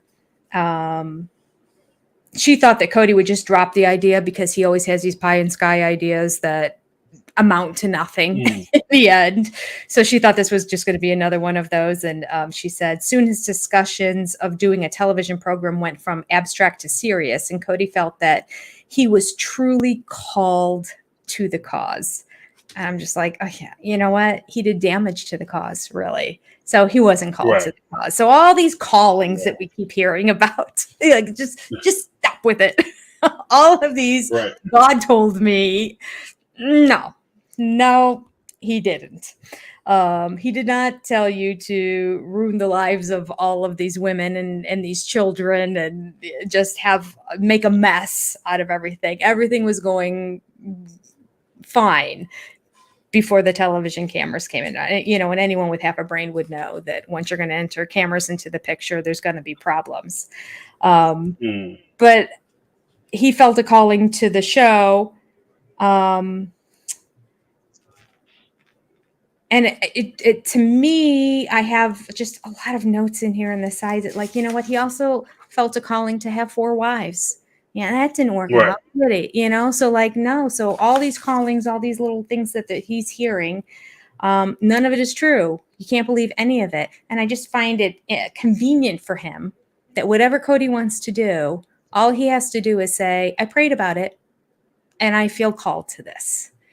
I feel like God told me that this is the way we're going to be going, and then everyone falls. Like, I mean, they really have this faith built up in such a way that he can decide to do pretty much anything he wants as long as he can find like some line in scripture and tweak it and morph it like Garrick would do on Seeking Sister Wives and make it support whatever his distorted idea or desires or whatever he wants to do. He can eventually have it support him and then just claim it on, oh, I prayed and God spoke to me.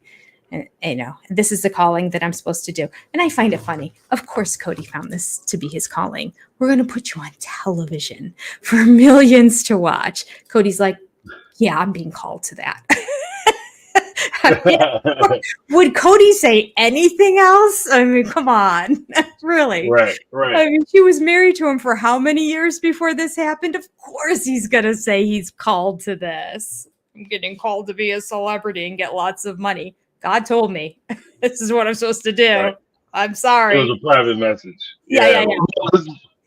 Because part of my understanding is that the way that they do their faith, and if there's anybody in the LDS or the Mormon faith, you can correct me if I'm wrong, but it's my understanding that the men are essentially priests in their household. So, you know, for like they have higher prophets, and that will be the leaders of the church. But, you know, it would be the leaders of the church, then down individually, it'd be the leaders of the families, which would be the husbands. And then you have the helpers, which would be the wives, and then obviously under the wives would be the children. So if the husband, like for instance, if when Cody said, you know, I felt it was God telling me that we should move, and Christine retorted by saying, yo, God gave me a different message. Well, my message overrules your message because I am the priest, I am the prophet, I'm the one who's closest to God, and God speaks directly to me, but he only speaks to you through me. And there's a subtle difference there. And I think that that's part of like how, again, this is part of how the control works, because at the same time, oh, we care about what the women think. And the women's perspective is very important to us. You know, until I want to do something and God told me that we should do this. Well, in her perspective, she disagrees with you. Yeah, but she's a woman.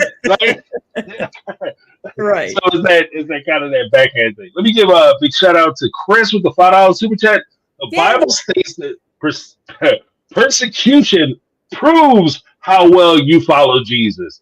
It makes them special and is like a pacifier. It's kind of an addiction. By the bot, BT. Yeah. And they really embrace that in this faith, don't they? Like, yeah, they do. I mean, yeah, sorry about that. But yeah, want to give everybody props. I appreciate the super chat. So yeah, I recognize you.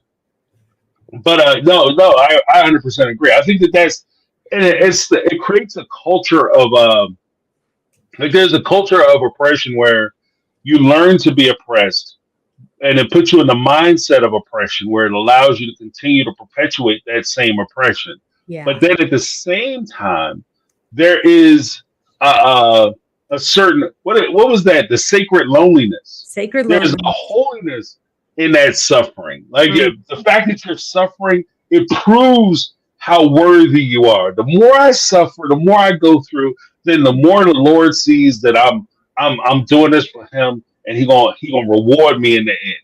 Like I think it's that part that is that's um equally creates a bit of awareness of the situation, but it's also disturbing. Like it's Yeah. disturbing as hell. That in Yeah. order for you to suffer, God doesn't want you to suffer for suffer's sake. Like at least that's my faith. Like I don't think that He puts you Yeah. in a situation where like I just want to see you suffer.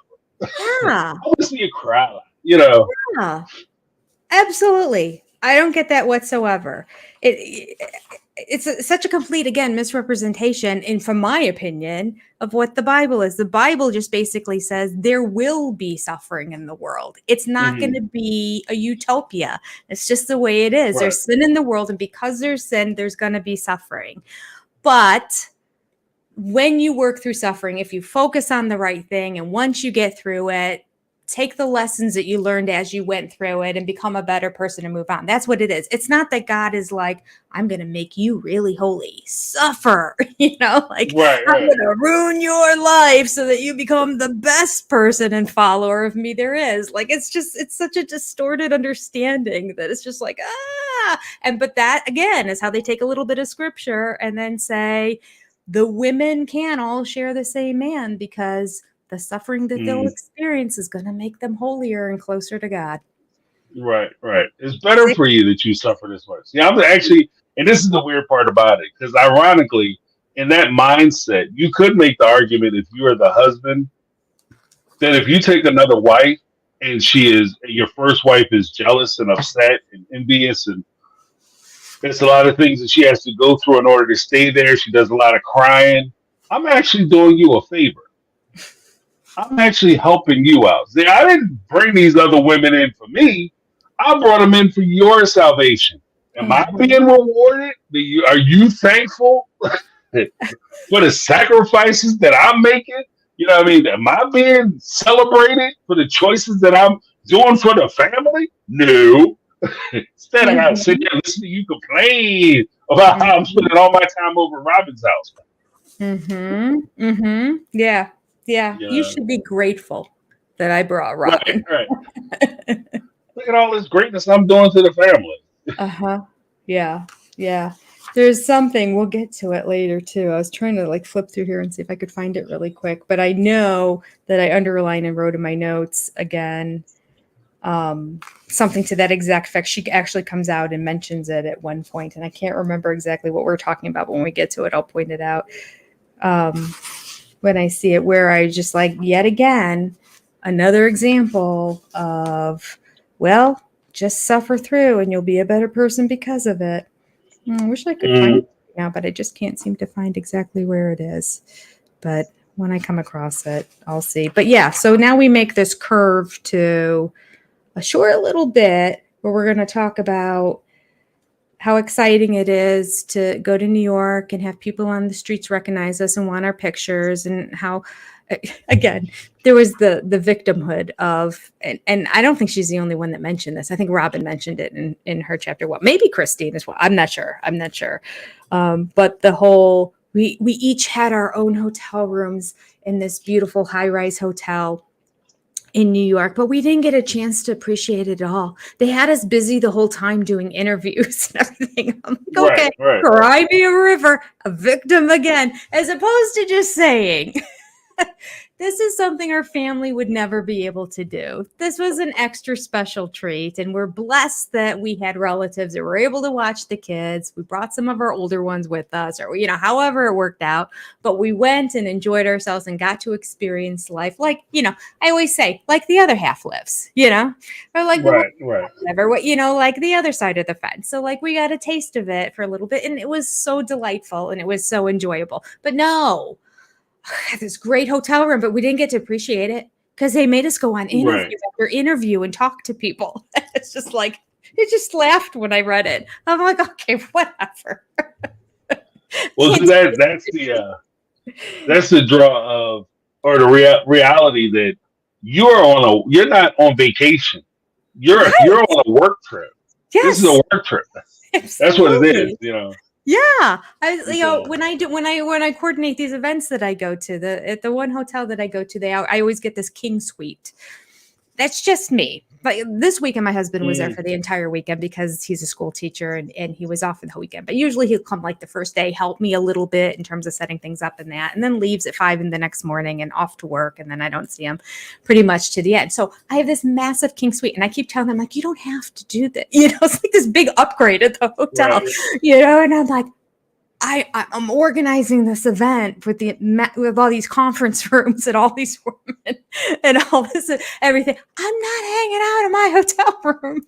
This is a right. work job, like So she's like, "Oh no, we want to treat you." I'm like, "All right." I mean, It's not too your much of time, a your treat for dime. me. Somebody else might get Right, blessed a little bit more, but I appreciate the thought, So when I'm there, I just try to take it in and go, "Yeah, this is nice. This king bed's delightful. This mattress is heavenly. I get a really good night's sleep. right, I have plenty of stuff to spread my stuff out." In the sweet part of the room where I rarely am. I just walk through it at the end of the night at like midnight on my way to the bedroom, right, and then again at 7 in the morning when I'm back up again. But it is what it is. So I like try to appreciate it for what it is. But I realize my goal is not to spend as much time in that room as possible. As lovely as it right, is, it's not my purpose for being there. I'm there to work for the weekend. And yeah, I right, think that some of right, them miss that. And they were just like, "Oh, look at this beautiful hotel room. Why are they keeping us so busy here?" right. Well, I mean, I think that it's the weird part where story time. Like I had a position where I would have a lot of travel for work, and I have business in Miami and Massachusetts and a lot of different places, and I would spend a lot of time there. Um, but the thing is that when you tell your friends and your family, like, okay, yeah, I have to get on a plane and I got to go down to this place or that place, they're thinking like, oh, you get to go down for the sun, surf, the beach, you get to go down for the boulevard and all that. The truth of the matter is that when you go somewhere for work, and if you ever have a friend and you feel jealous because they're going these exotic places, let me tell you something.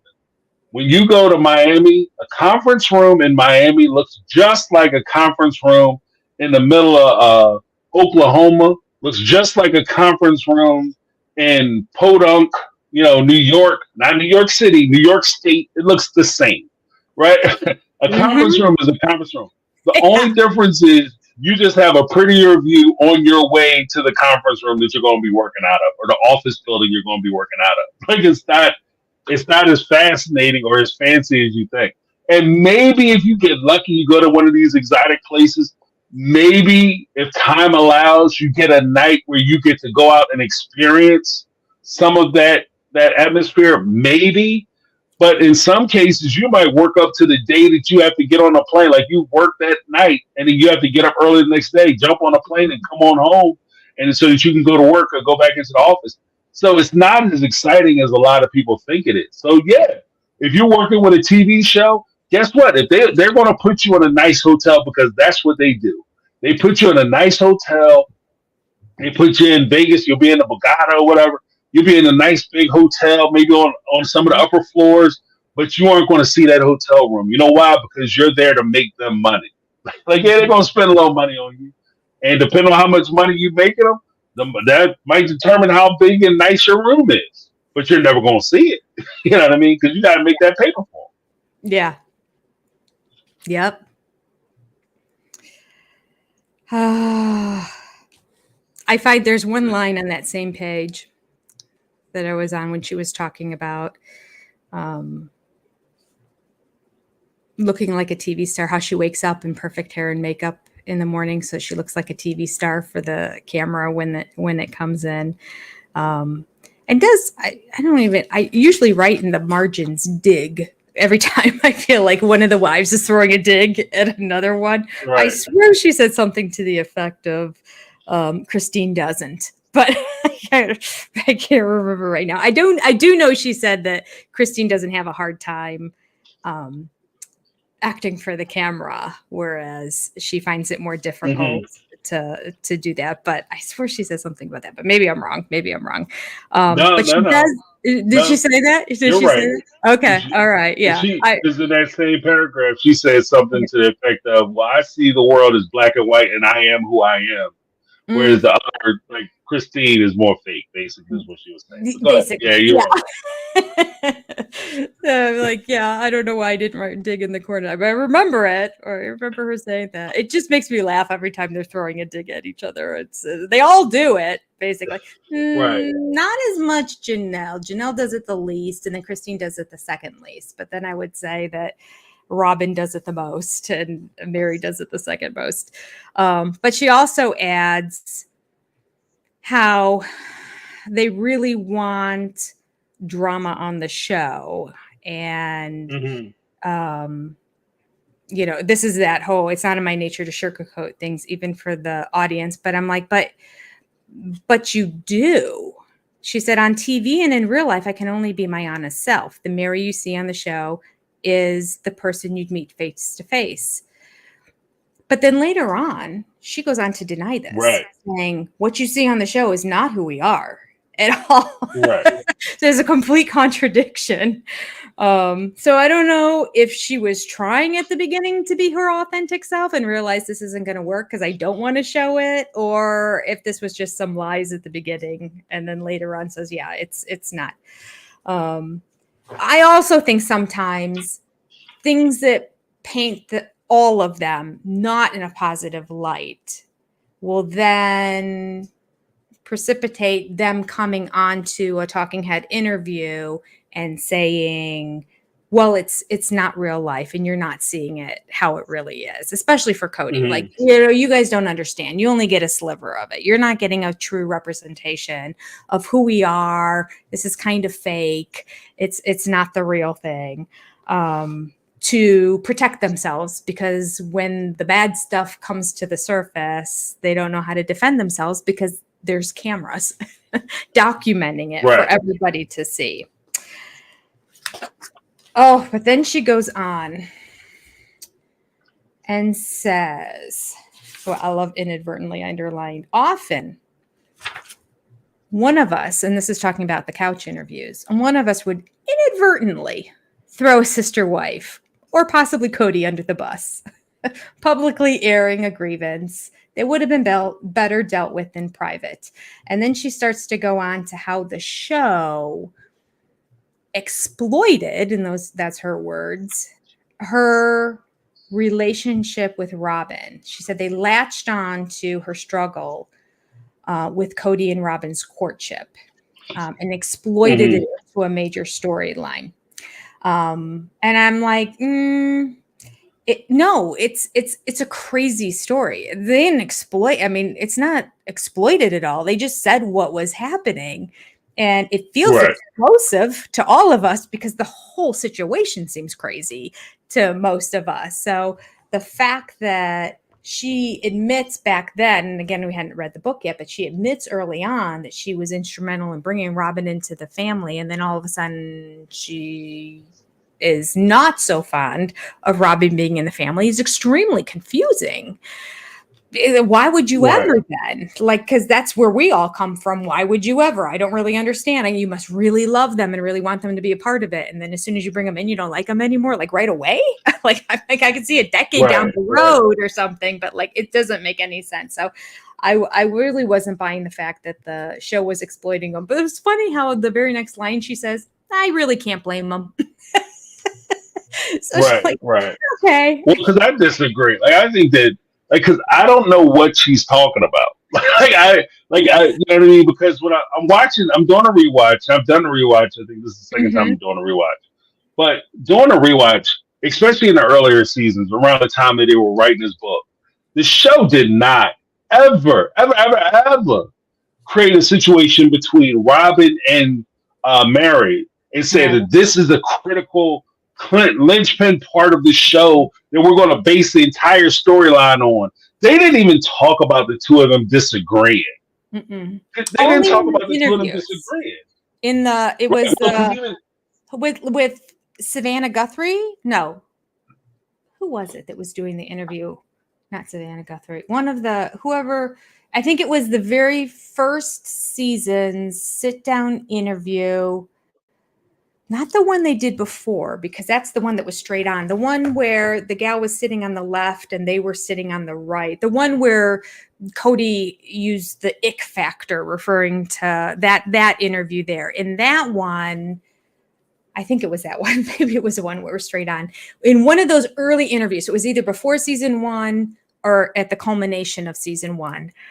In that interview, Meri was crying. One of those two interviews, she was crying, and she was then talking about. So that was the time. So they kept asking questions about it, and then she's just like, "Yeah, I really struggled with it." And I was like, "Oh, okay, all right." But you're absolutely right. They knew more, which means they surprisingly didn't put it on the show. Although early on, it appears that they had a lot of control and they were able to keep a lot of stuff out of the show. So it may have been taped and they didn't have it in the show, but in the interviews they asked about it. But yeah, so they, for whatever reason, purposely chose to leave all of that out of the show. And they clearly had documentation of it and film and tape of it, which goes back. It wasn't part of the show. Yes. It was a part How of the show. great would it be if we had cutting room floor footage from season 1 through season 18? My goodness, do they want to get advertisers money or not? Do I have to produce this all by myself? I mean, my goodness. Right. What do the people Just start want to dropping see? ideas. I'll tell you what the people want to see. They own that. They have the right. I mean, they were kind to not put some of it on early on, but at this point, I feel like they're completely justified, because here we are 15 years later. Yeah, you can show something from 15 years ago that happened. Oh, come on, TLC, get it together. TV.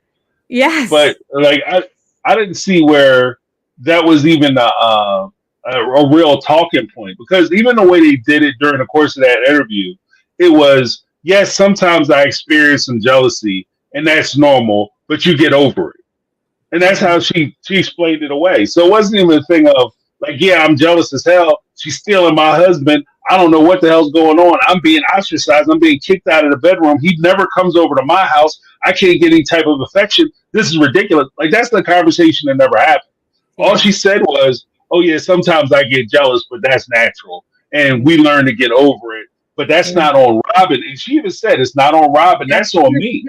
You're right. You know? Yeah. That's not on her. That's on me. So that's not a problem between you two. That's a problem that you have between you. That's between you and you. Which is what she wrote in the book too, right? She adds at the very end that this was a very low point for her. And she says, I know that I wasn't being as kind or welcoming to Robin as she could have been. And I just wrote, the guilt that the women carry in this faith. So that was the line that I was thinking of that went with the other thing, that like, I wasn't being as kind and Christine said the exact same thing. I wasn't being as kind and welcoming to Robin as I could have been. I'm like, I think you were being more than kind and welcoming to bringing another woman into your marriage, quite frankly. But yeah, were you the perfect person? No, neither one of you probably were. But don't beat yourself up by any means for this situation. Well, she's blowing your family up. That's just what it is. She's blowing your family up. Yeah. And I get it. I get it. She's blowing your family up. But the one thing I will say is that the one part that always kind of sticks with me, going back to the whole idea of, they filmed this show and you guys only see part of the show. You don't really understand all the things that go into the show and everything that happens. I get that. And I can even understand that point. But let's not pretend that somehow people who watch the show, and this is how I took it, that you're saying that people who watch the show, they need to get a life. I think she wrote something like that. They need to get a life instead of worrying about what's going on in my life. That is the basis of your show. People worrying about what's happening in your life is paying for your house, is funding your businesses. The success that you have is based on the fact that people find your life interesting, or at least interesting enough to talk about or watch on Sunday. If people didn't find interest in that thing of watching your life or watching your series and taking a personal interest in it, then you wouldn't have a show. Yeah. Your Sundays will be wide open, lady, wide open. So, and you be back in Lehigh, living in a house that you aren't happy with. So, I Mhm. mean, don't criticize people for that. For one, for two, nobody is forcing you to shoot this. You understood what the game was when you signed up for it. If you didn't, that's shame on you. When you sign up to a reality show, hell, if I sign up to do a movie, if I play a role really, really well, then the people are going to think that I'm that person in Mhm. real life. That's just how it works. There's a Mhm. lot of people that work in Hollywood that you think are really, really nice people or horrible people, but they play a nice guy on TV. There are a Mhm. lot of people that play villains, the most villainous villain on TV or in a movie, and you say that guy is the most cynical, evil person ever, and then you find out they're the nicest people ever walking. They're friendly. They give you the shirt off their back. But in the Mhm. movies, they walking down the street just stealing candy from kids and kicking puppies. Like that's just who they are in the movies because they're good actors. And in reality shows, you lose the veneer of being able to say I'm just playing a character because it's supposed to be you and a truthful telling of your life and experiences. Mhm. And if you're going to now say, yeah, but you can't judge me on this because it's not a truthful telling of my life and experience, you're undercutting your own success in your own show. And Right. as much as she talks about being honest and truthful, I'm sorry, I'm kind of on a tangent, but as much as she talks about being honest and truthful, if you're going to be honest and truthful, then you shouldn't participate in a lie. If you're saying now that this is all a lie, and you're an honest person, and in your life is white and black, no gray, then you shouldn't be participating in this show. You should quit tomorrow Yeah. if Yeah. that's what you're saying. Yeah. But you're not going to. So it is what No. it is. They did learn as time went on, as the show got to the point where they had to take the pay cut and go back, um, and then come back. I think from that point on, after the pay cut part, I think it's when they all learned, let's just lay it all out there. What do we Right, got to right. lose at this point? So I feel like, Yeah, not that it's yeah. still got all laid out there, especially from the perspective of Janelle. I think she really holds her cards close to her chest. But boy, to see Janelle crack, to see Janelle angry, to see Janelle yell, to see Janelle cry.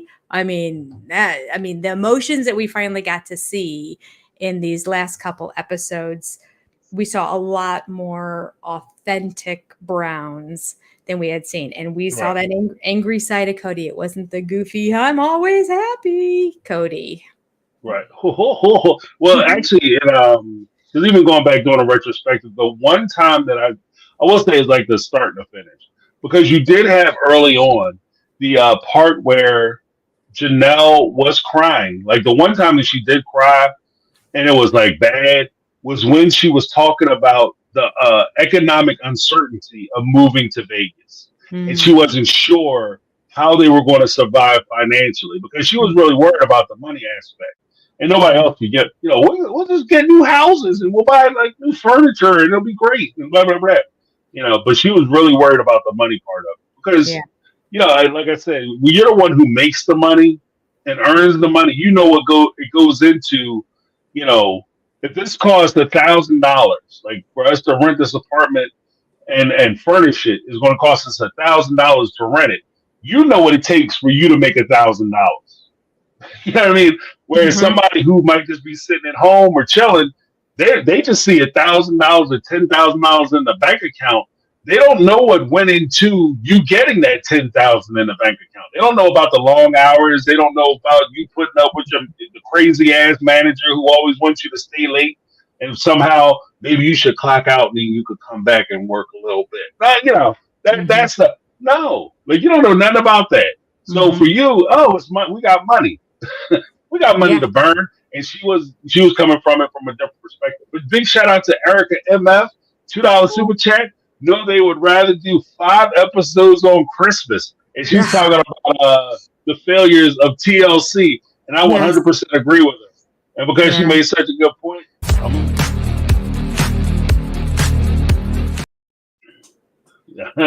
you know what I mean? Because she's absolutely right. TLC will drop the ball, and they've been dropping.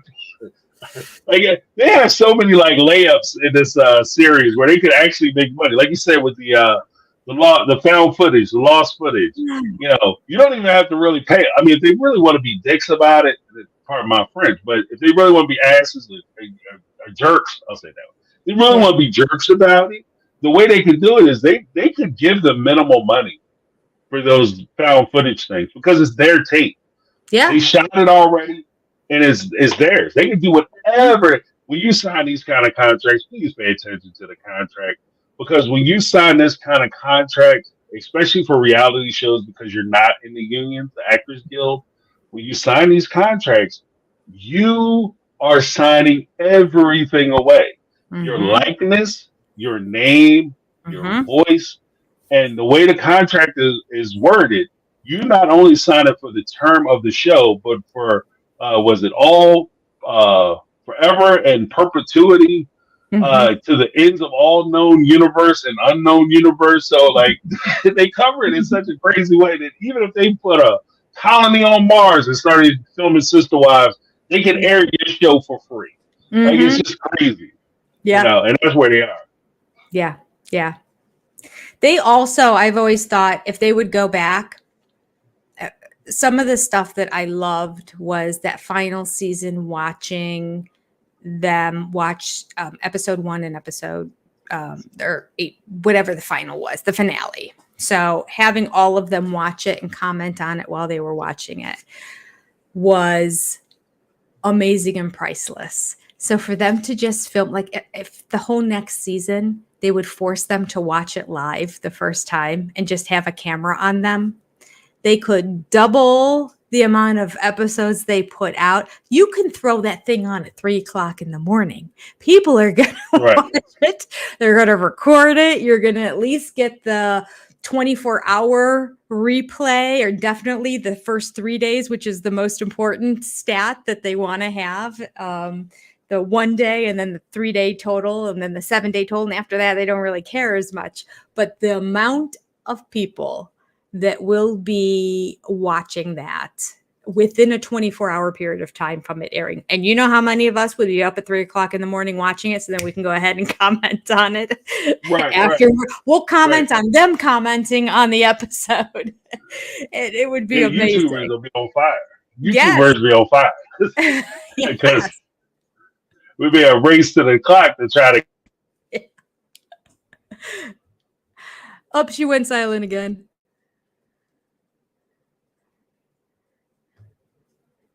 There you go. Hello? Yep. Okay. Yeah, I don't know what's going on with my stuff. Yeah. Keeps muting you. Yeah, right. Like, shut up, James. Next topic. Speaking of that, on that same page, it seems that the new thing I do is I go through this book. I always point out words that don't age well. So here in our segment of words that don't age well, we have Meri talking about the struggles and, you know, putting things on the show and how it's difficult for them to show real struggles that they're having with each other. But she understands that, you know, it has to happen. And she says, it's also important it shows the audience that something that seems dysfunctional at the start actually works when you give it some time. Like, it's like ended in 3 divorces. Yeah, right. Like, oh, look out for you.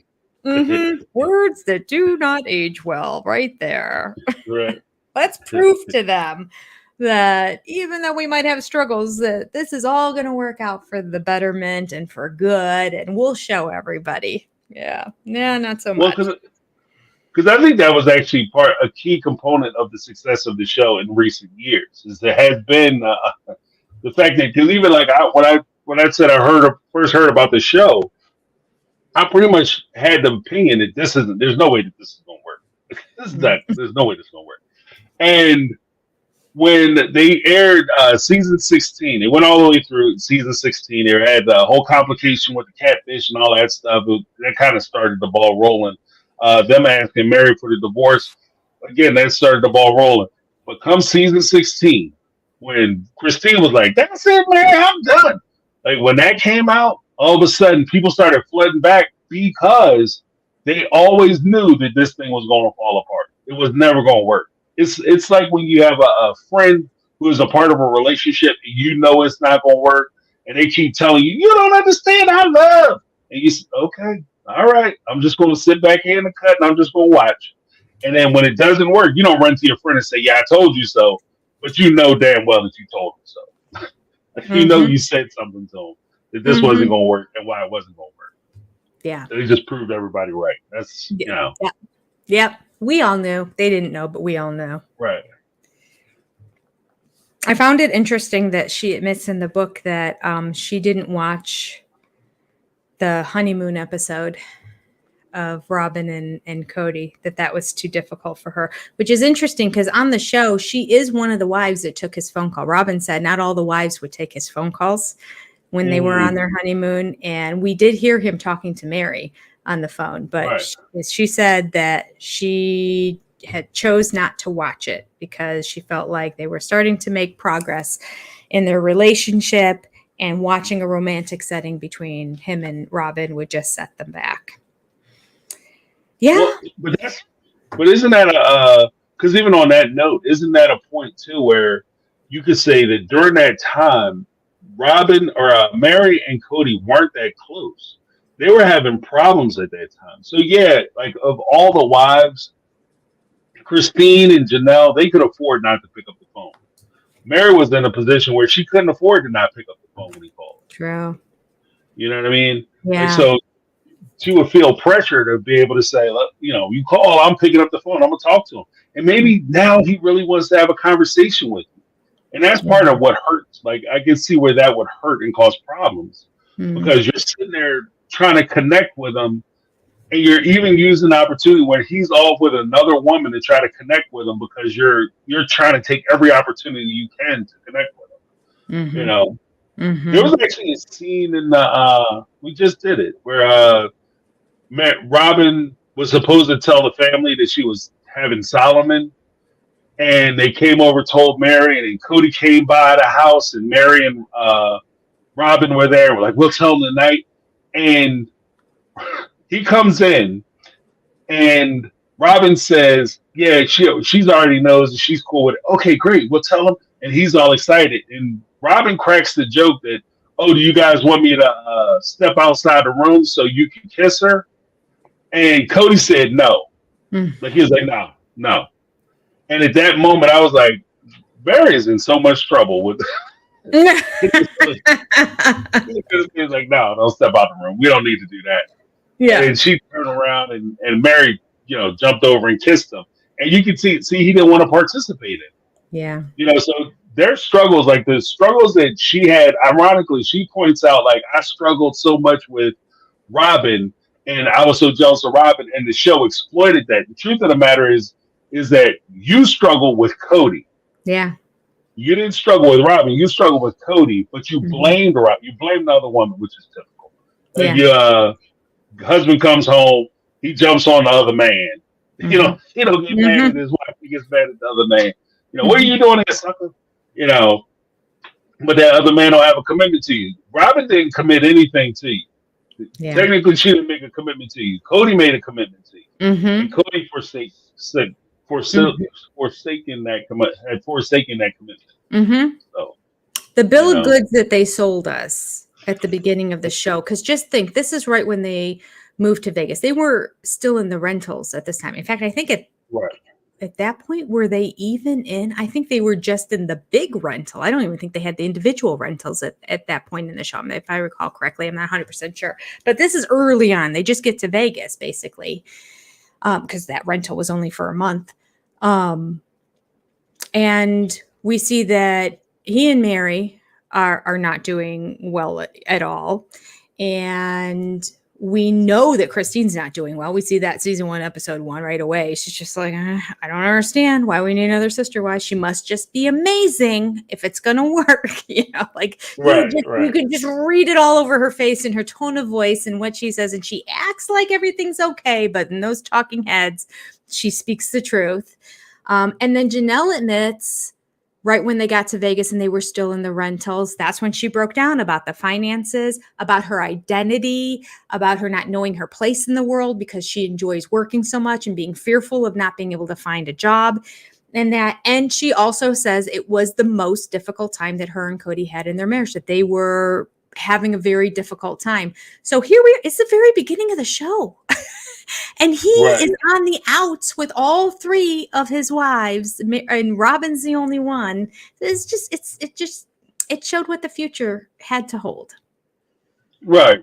This is also predictable. But I think that it's also because even as a point of note, I think that when you talk about like Janelle saying that, you know, she's struggling with her identity with work, I think that could also be translated to the identity within the family. Because I've always taken a position that if she was the chief breadwinner in the family, and that was her role, that was her place, and she brought home the bacon, and Cody and the wives fried it up in the pan. But she was the chief breadwinner. To lose that, you lose that sense of self, that sense of identity, that sense of, I don't want to say power, but there is a certain responsibility, a certain heroship that goes along with that, where you can look at yourself and say, I am the hero because I'm the one that's keeping the family on track financially. And then to have that taken away, that would create a situation where she would question her value within the family. And I think that that's where Janelle found herself. Yeah. Poor Janelle. Yeah, it was crazy. It was crazy. But yeah, Meri, like I just think that Meri was in the situation, especially with, I thought it was funny too, like even around at that point, I thought it was funny that Meri made the point of saying like how she struggled with Robin and how much emphasis was placed on it. I think that this is kind of the isn't as much the canary in the coal mine as it is her own insecurities in the relationship. She pushed it off on the TLC, the production staff at TLC, as well as the viewers. Like, you guys took on so much interest in how me and Robin had struggled. Were you struggling? I didn't know, because TLC never really told us. It wasn't a major plot point that you were struggling with Robin. If anything, it was more of a plot point that Christine had been struggling with Robin. And they made more of a point of saying that than for them to ever say that Meri had struggled with Robin. If anything, by that time, they had held out that Meri and Robin were best as friends. And Meri was the only true friend that Robin had. If anything, TLC, and this is the weird part about the propaganda program, is that TLC had held out that Meri and Robin had got along so well because Meri was providing cover for Robin. Because if none of the wives accepted Robin, then that would mean the only person who accepted Robin was Cody, which would mean that her disruption was Cody's fault, and the fact that she is in fact a disruption. Because if none of the wives want her there, and Cody's the only one who wants her there, then she's a disruption to the family, and she shouldn't be there. Yeah, that's absolutely true. Later on that page, there's a little paragraph that completely agrees with what you were saying before and what we were talking about in terms of what's worse, admitting that you're polygamist or admitting that you've kept a secret to somebody who you considered a very good friend for this period of time. And she goes on saying, I was working at a rehab center for troubled youth. I was in a situation where I felt it was best to keep my family and my religious beliefs to myself. When one of my co-workers read the article, she was shocked, not because of my beliefs, but because I hadn't been open with her. And she said, I had no idea that you had this lifestyle. And then and Meri admits the fact that I was a sister wife didn't bother her at all. Right. She still accepted me as her friend. I'm like, yeah, it is way more offensive that somebody is a liar to you than finding out that they choose to live a certain lifestyle. I don't understand. They're not even comparable in my world, but apparently they found it more important back then. They just kept holding on to old beliefs that nobody's ever going to understand or accept us, and we're all going to go to jail and their family's going to get broken up. And they just went with that mantra and they wouldn't let go. Right. It was all gonna be bad. It's all Hmm. bad. Well, because I think that that's a huge point too. Is that it begs the difference, begs the question as well, because sometimes people get so wrapped up in the oppression Olympics, the actual oppression starts to define you as just as much as the thing that you're supposedly oppressed by or Hmm. oppressed for. So, growing up polygamous, growing up Mormon, growing up in AUB, then yes, that would define who you are. But the fact that so many people dislike you because of that, all of Hmm. a sudden it becomes a question of they don't like me because of this thing, and that's who I am. I'm the Hmm. person who's not liked. I'm the most hated person here. I'm the person that everybody will be disgusted by. Hmm. And that becomes who you are. That becomes your identity just as much as the supposed thing that you're being uh, bigoted against. And I think that when it comes to Mary and her friends, that's the pivotal part. Like you were so worried about being that person that nobody liked that you didn't allow me to express my dislike to you. Hmm. And instead, like I would, if I'm your friend, I'm your friend.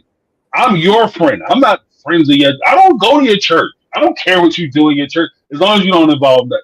If you have a belief system that I disagree with, then it is what it is. In which case, we Hmm. probably shouldn't be friends anyway. You Yes. understand what I mean? Yeah, yeah. Like, Like there's a misunderstanding of what a friend is. I think sometimes, like, there's friends and there are acquaintances, and there's just people who happen to be in your life. And I think a lot of these right, people just happen to be in their lives because if you really are a friend, then nothing else matters. You're always there for that person. You ride with them through thick and thin. And this is not a big deal.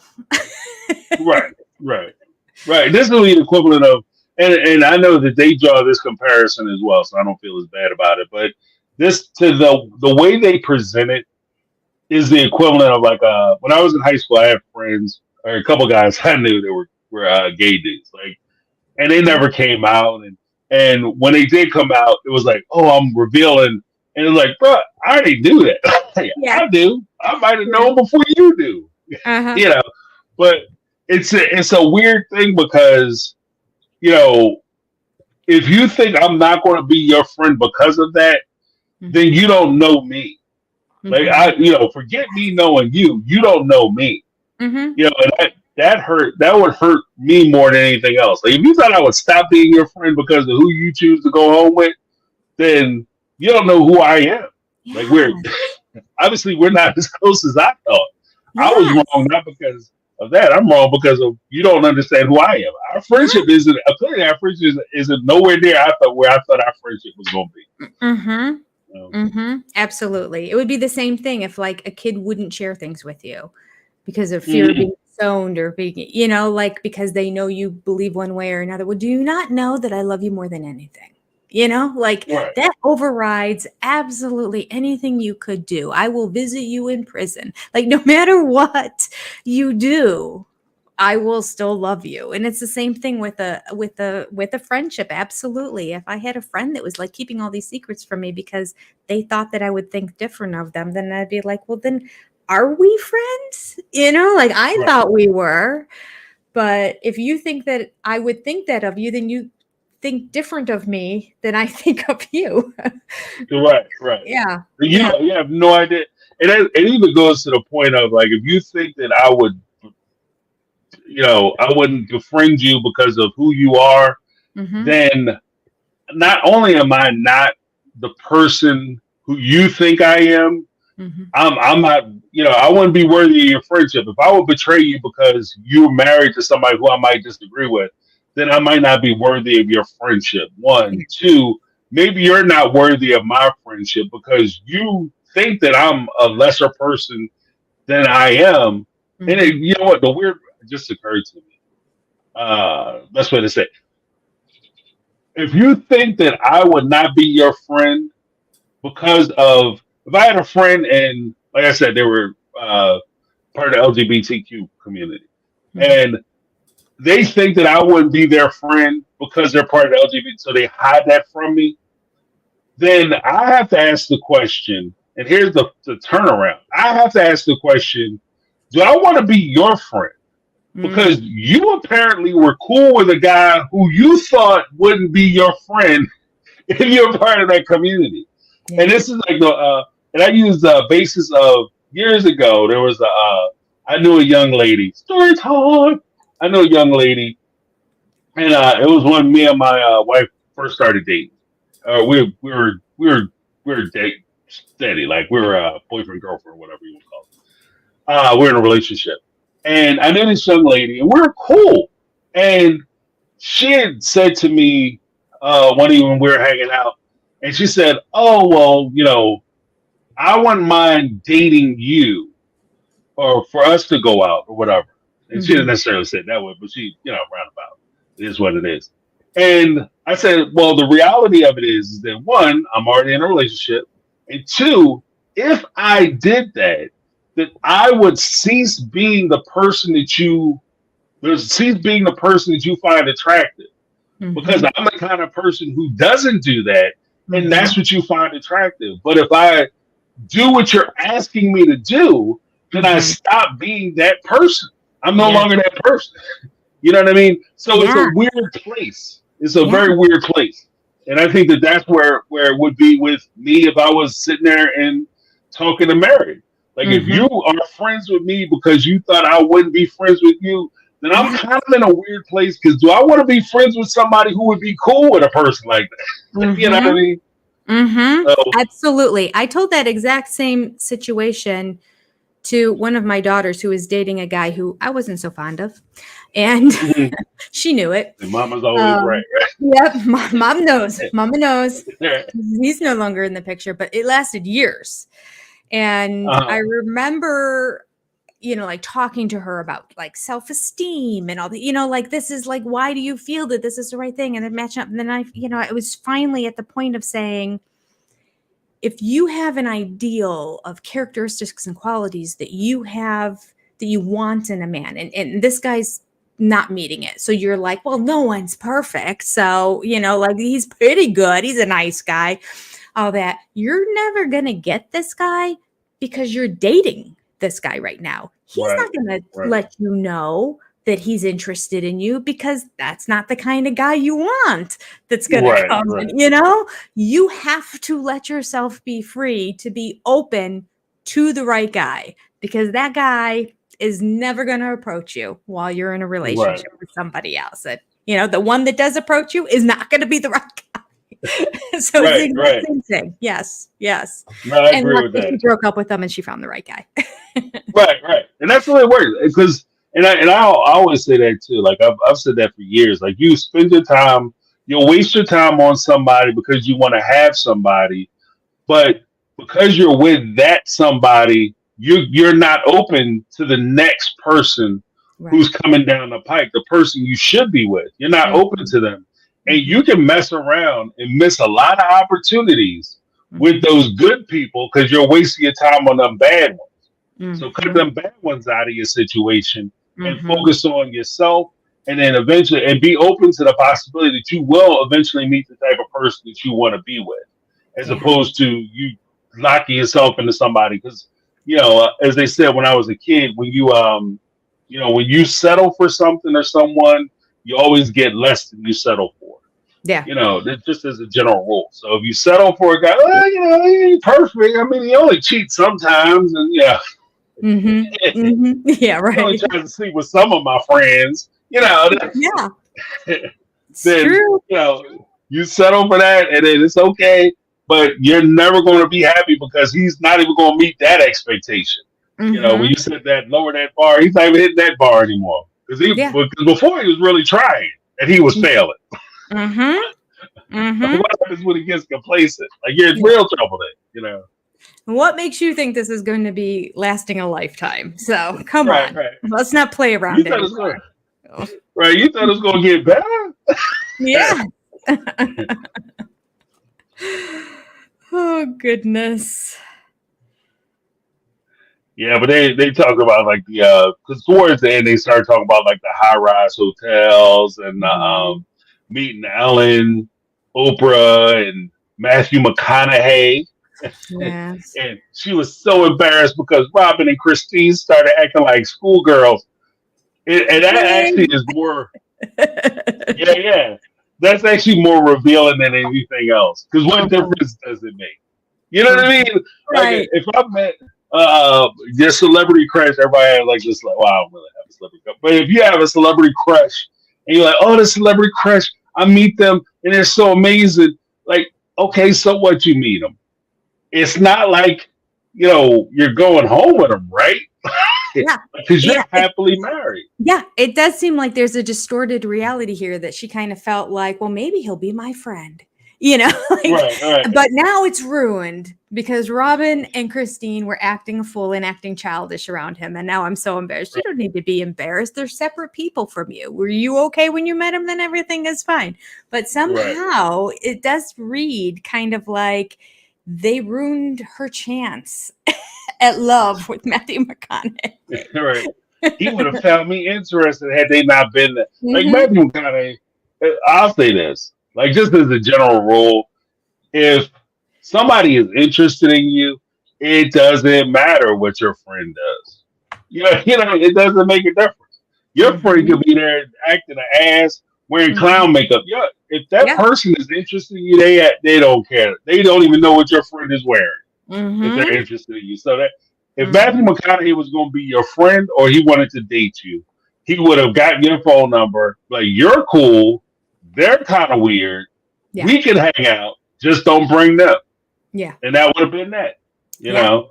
Absolutely. In fact, he will embrace those weird friends because they like to go through the friends to getting good with the Right. person they're interested in. So quite frankly, Right. he would be like, hey, crazy girls. Right. Let's get crazy together. Yeah, You know? I'll be crazy if that's what I need to because I really like that girl over there that's a friend of yours. Right. So they didn't ruin anything.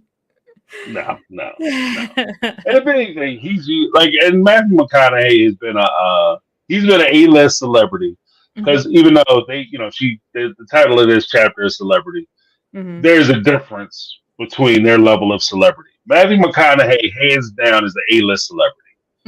You guys are not even really D-list celebrities, especially at this time. You're more like E-list or what I'll call R-list celebrities. You're reality celebrities or people on reality shows. People know who you are, but you aren't famous. Yeah. Famous. So Yeah. I completely agree. Yeah. you weren't. He wasn't going to. Matthew McConaughey wasn't going to change your life. You know what I mean? Change my life, Matthew. He wasn't sweeping you away from the polygamous family. And we found out in these last seasons that is her celebrity crush. So that's why she was all embarrassed. So obviously she had a little crush on him and she thought they ruined it for her. Right. And it's weird.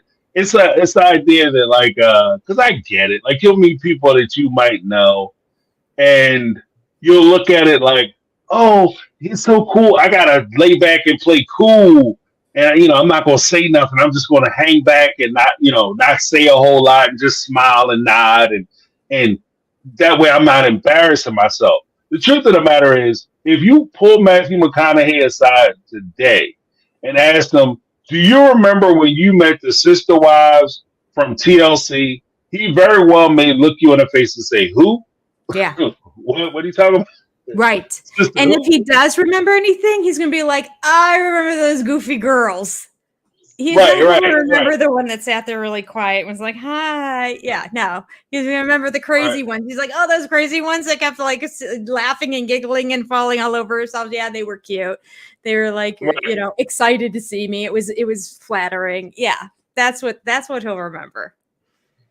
Yeah. He'll be there was a weird one there that just didn't say anything. Yeah. That's the part of it too. Is that when you're super quiet, nobody trusts you. Like she just kept staring at me. I didn't know what was going on. I, tried to talk to her, but she just was real standoffish. Yeah. I don't think she liked me. It's not the way to land a man, that's for sure. Right. Don't be shy. I did like near the end of that page, near the end of this chapter, her saying she was talking about negative publicity that comes all their way. And she knows that there's lots of unpleasant things that are said about her marriage, her weight, her hair, any number of things. And She says, my way of dealing with it, I choose to ignore the polls and commentary on the internet about our show and family members. I have more important things to do with my time. And I just wrote, good for you. Yes, I hope this is true. I hope that she does look the other way and not take the time to look at all of that stuff and realize, okay, there's going to be negative stuff that comes out. So be it. I'm just going to move on. And I find it's interesting because we also know that the wives comment on each other's chapters and that too. Robin in her chapter specifically mentions that she always comes last in the polls and it bothers her. So Robin, very much aware. So this could be a dig towards Robin that basically says, listen, I don't have time. I've got my life to live. I'm not monitoring the polls on who is the most popular, famous, or liked sister wife of them all. So I hope that's true. I just wrote, good for you, Meri. I hope that's true. Well, because I mean, in fairness, though, Robin, if predictions are right, for especially from YouTubers, I'll say me. If my prediction is right, then Robin uprooted her entire life and family to pursue a man so that she could get onto TV and she could become famous.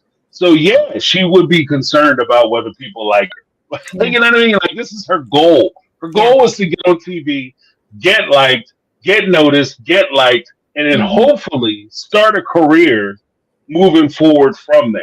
And then you keep falling at the bottom of the pile, especially the people who may not want to be famous. That hurts more, not less.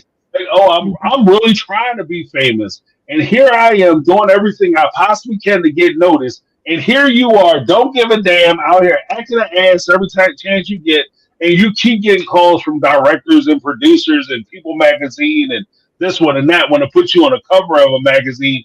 But the only time they put me on the cover is when they talk about how I blew the family up. Yeah, I would be mad too. You know what I mean? In fairness, I would be mad too. Yeah, no, I agree with that. That has to hurt her ego more than absolutely anything.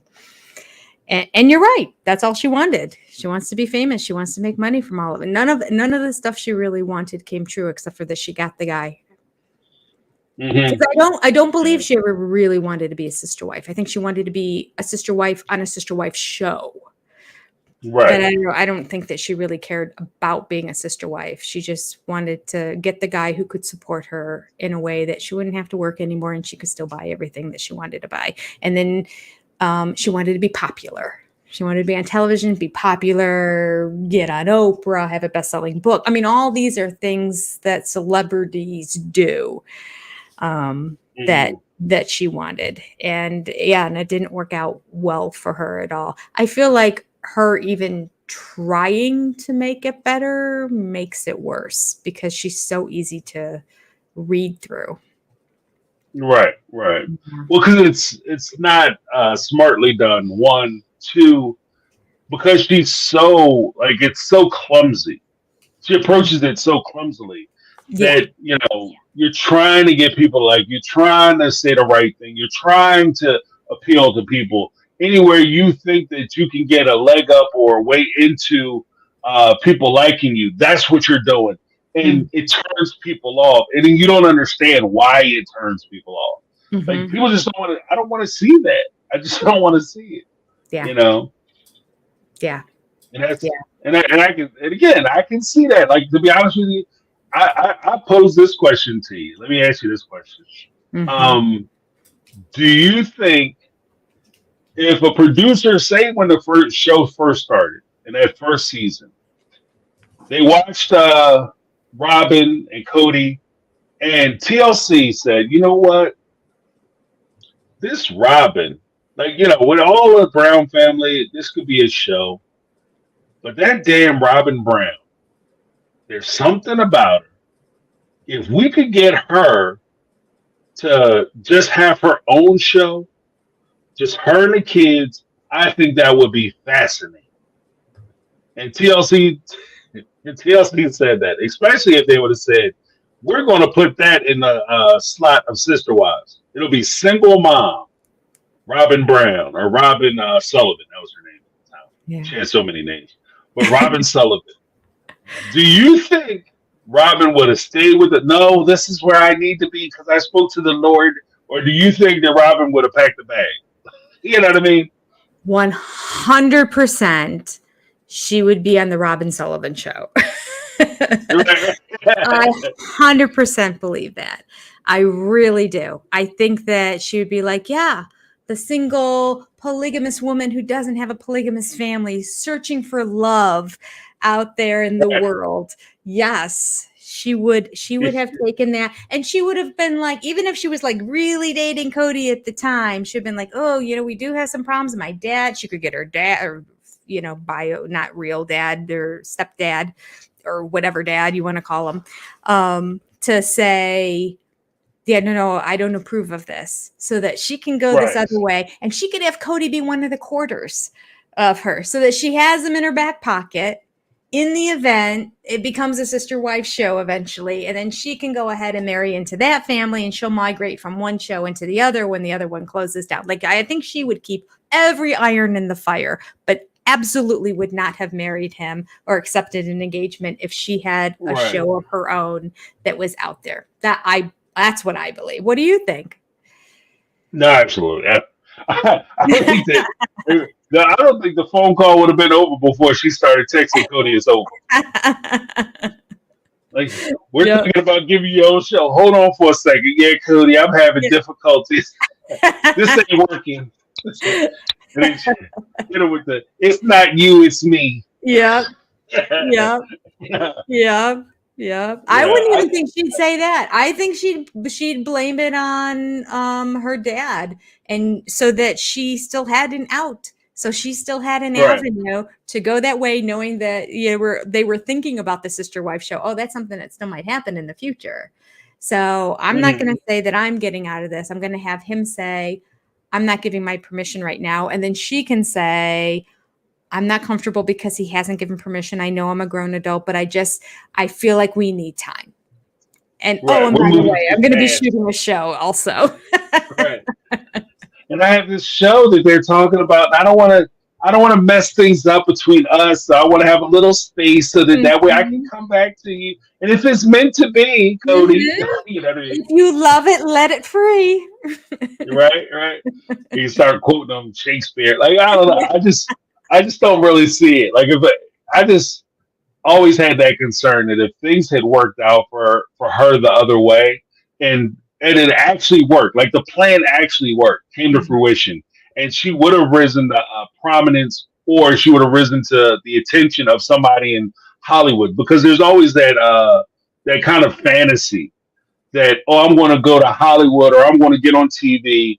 Some big time producer is going to see me and then want to include me into this big fancy project and want me to be a part of it. And then from there, I'm going to start my stellar movie career. And I'm going to be famous and rich. And people are going to know who I am because they noticed me on this TV show and I look interesting. Mm-hmm. For those that don't know, that's not how movies are cast. That's not how movies are cast. No movie has ever been, I won't say no movie has ever been cast. Since like maybe the golden age of like Hollywood, no movie gets cast that way. Yeah. Yeah. And to be fair, Carol Davis pointed out she would not watch a Robin show. So this is just all hypotheticals, because yes, TLC, as horrible as they are at production, they do understand the basic makeup of a show. And yes, that would be not something anybody would be interested in whatsoever, is watching Robin hold a show herself. Oh, the worst. Well, this is 100% why there is no Robin. Yes. Nobody will watch it. Nobody. It would be boring. It'd be terrible. Yeah. Especially the way she tried to carry herself in the first 2 seasons, especially like with trying to play like the victim. And that's one of the things, like you talk about like victimhood, like part of the thing that is such a turn off for Robin's character is that everything that happens on the show, she's always the victim, no matter how much she participated in an offense, no matter how culpable she was in some offense that happened with other cast members. She's always the one who's suffering in some kind, Mhm. some kind. Oh, Yeah. excuse me, in some kind of way. Cat got myself. In some kind of way. She's always the one who's, being mistreated. And Yeah. nobody, like, it's at a point now, like, where even in the second series, she cried so much in those first two seasons as I'm watching, going back to rewatch it. When Janelle broke down and cried, it actually meant something Yes. because Janelle is not a crier. So when Right. she starts crying, I'm like, holy shit, she's really going through it.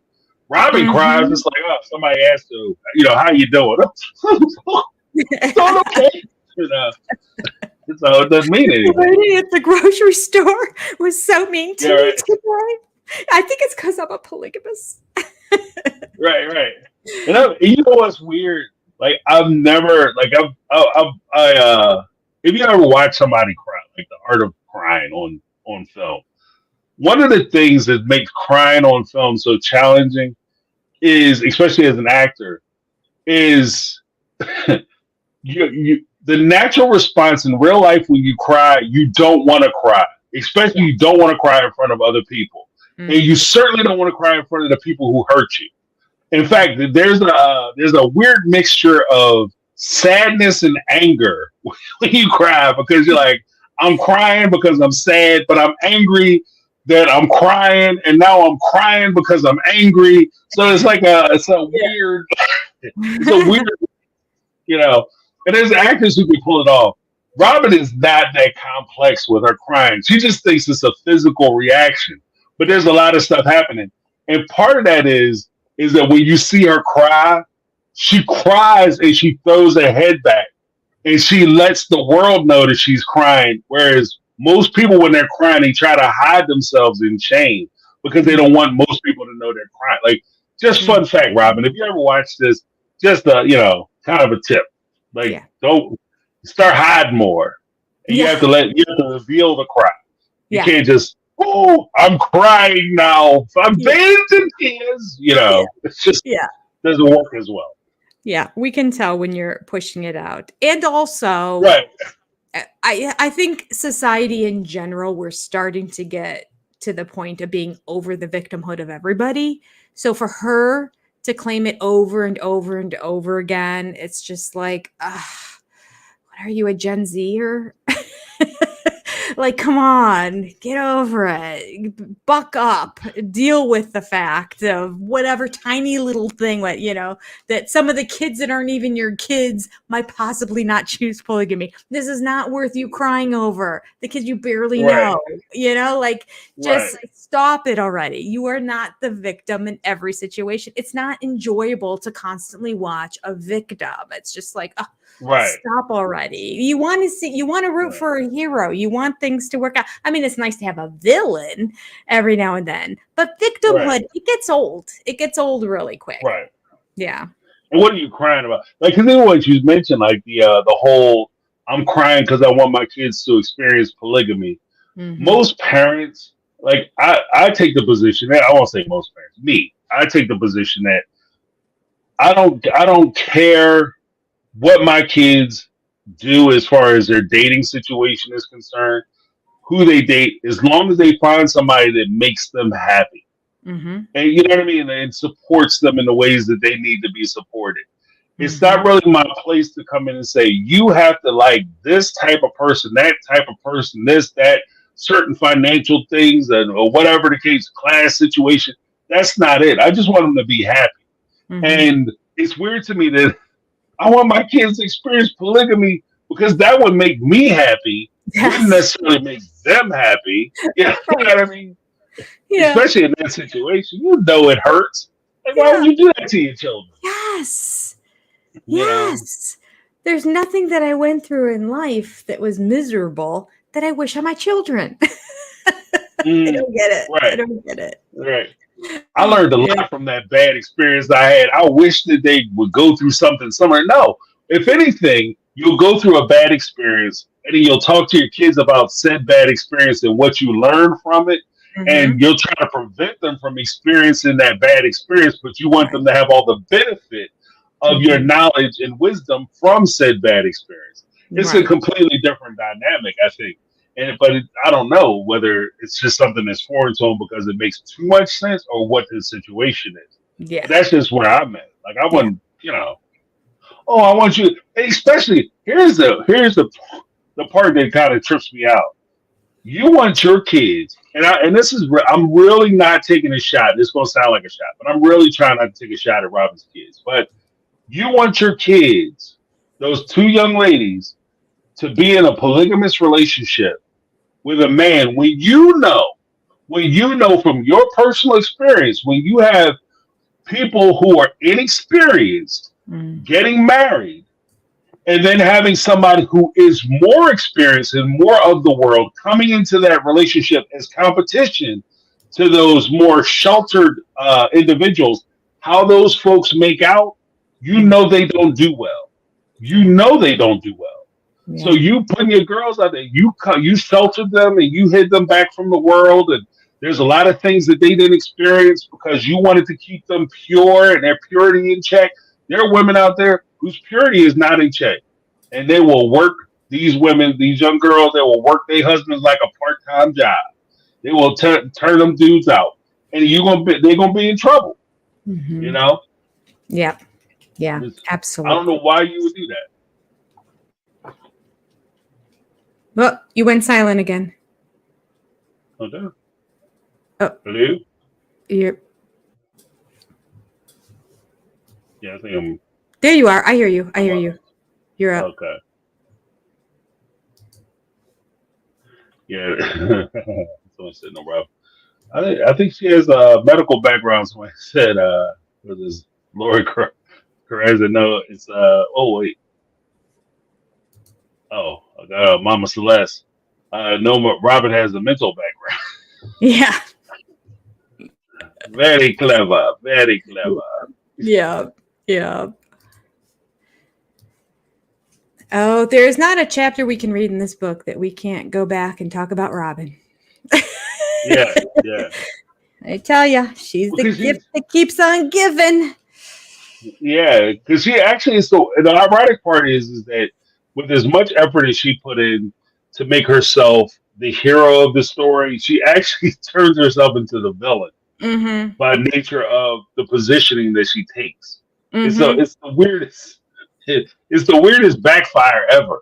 Like Yeah. every time she tries to do something like, "This is why I'm such a caring woman," it was like, "That's terrible. Why would you do that?" Yeah. You Because she psycho? couches it in being a victim. I'm such a Right. wonderful woman. Why does everybody hate me? It's like, oh, again, stop. Right. Let everybody else say that. Oh wow, why are they being so mean to you? As Right. opposed to you saying, Yes. everybody's so mean to me. Like that's the weird part about it. Yes, I completely agree. Yeah, she's got to say it about herself because nobody else is saying it about her. Oh, you're Yeah, quiet it's- again. Oh, there you go. You're back. You're back. You're back. Yeah. Well, because the weird part is that you have like her saying that and complaining about how these women aren't taking her, and that actually shows like the disconnect that she has because when she says these women don't appreciate me, they don't treat me fairly, they treat me like I'm an outsider, they treat me like I'm interfering with the family, etc., etc., etc. The truth of the matter is, for these women, you are doing those things. Mhm. You disrupted their lives. You changed their situation. So yeah, they're going to feel a certain kind of way about it. And it's not that they dislike you or they hate you. It's just the fact that you're messing their stuff up. You're messing their stuff up. So they things were going a certain way. Everything was kind of where it was. Then all of a sudden, here you come and you disrupted all of that. And you Mhm. changed a lot of the fundamental function of the family. Mhm. And then you're saying that they should accept the fact that you changed the fundamental function of the family. And why are they mad about that when they should just be okay with it? But no, they're not okay with it. And they have reasons for why they're not okay with it. And I think Right. she would have, and this is like from season 1, she actually would have went a lot further had she acknowledged, like, I recognize the fact that I came in and I upset the apple cart. And I'm doing everything I can to try to make everybody else feel more normalized as we move forward. That would have done a lot more than, oh, I'm such a victim because even though I came in and threw a bomb in these people's lives and blew their lives up, I don't understand why they're mad because we're picking up the pieces together. Like you still blew their lives up. It doesn't matter that you're supposedly trying to heal everything. You're not trying to. The bigger part of that is you're not trying to heal the family as much as you're trying to build a relationship with Cody, which is completely different. You know. Yeah. She just has a complete lack of understanding of relationships and what to do. Right. Yeah. Oh, goodness. Well, I don't have anything else on this chapter. Do you? No, that's me too. That's it. That's all I had. You know, we rocked it out. Everybody hung in there with us. I appreciate that. Oh, but before we go, I want to make sure I give a big shout out to our mods. I had Rochelle J. She was in here earlier. She left out, so I want to thank her. You know, she's out. Of course, we got Lizzie B in the house. J Baby's here as well. Happy birthday, Jay. We have Lori Carrad and Lynn Skinner. Did you have anybody else? Yeah, Lori Carrad and Lynn Skinner. That's it. Yep. Okay. Yeah, because I just want to make sure we got everybody. Thank you guys so much for helping out, moderating for us, keeping the chat in line and in order. Yes. But usually, in fairness to the chat, you guys are awesome. You guys rock. I appreciate the chat. You guys staying positive and not being, nasty and negative. Because you go to some boards, it's chat room is like the Wild West. Everybody's trying to tear everybody down and stuff, and that's just not a fun place to be. So I appreciate everybody keeping it positive. Yeah, these are great people. Yeah. So did you have anything else that you wanted to say in closing? Nope, I don't have anything else. I'll be back here on Thursday as we will complete the epilogue and get some words from Cody, words of wisdom from Cody. Finish up our book, and I'm looking into ideas for putting another video together right now. So that's where we are. Last week I took a week off because I was just really busy with my other job. Oh, awesome. Well, busy is good. Sometimes it's good to be busy. Keeps you out of trouble. That's true. I'm not getting in any trouble. Right. It's like a youth group. It's youth group for adults. Exactly. It's called work. Right. Exactly. Because they know now you have resources. They got to keep you more busy. Yeah, that's right. If you're young, you're probably young and poor like the rest of us. So you're like, my parents have money, but I don't have anything. So there's only so much trouble I can get into. I'm limited financially. That's right. So true. What do you have coming up this week? This week I am releasing videos. I'm doing some shorter videos. I have my sound system up, so I'll be able to cut those videos. And because I've been testing on my, because I tape on a different thing, so it was kind of wonky. But I'm back now, baby. So I'll be releasing some shorter videos for those who like the shorter, 5-10 minute videos. I'll be putting those out this week. And I'm also rolling out my family law channel, my family court channel. So check that out. It's going to be awesome. I'll drop some links in that. And then, of course, I have Family Lives tomorrow. Or Sister Lives, Family Lives. Yes. So sad. But yeah, that's where we're at. Oh, actually, now that I realize it, I do believe, if memory serves me correctly, because again, this past week has sort of been a little bit of a blur, but I'm pretty sure this Monday night is going to be the Welcome to Plathville season premiere, and I am covering Welcome to Plathville. So that's on my other channel, which is Reality TV Breakdown. So sometime this week, I'll get a review out on that. So anyone following Welcome to Plathville, jump over to Reality TV Breakdown. I'll have a link down below in the description if you can't find it, but you should be able to hunt it down, and we can follow Welcome to Plathville throughout the summer. Yeah, because actually Rochelle J, she follows that. So does she? She might be all right. So she might be hanging it up. Good. So there you go. Right. Watch those videos.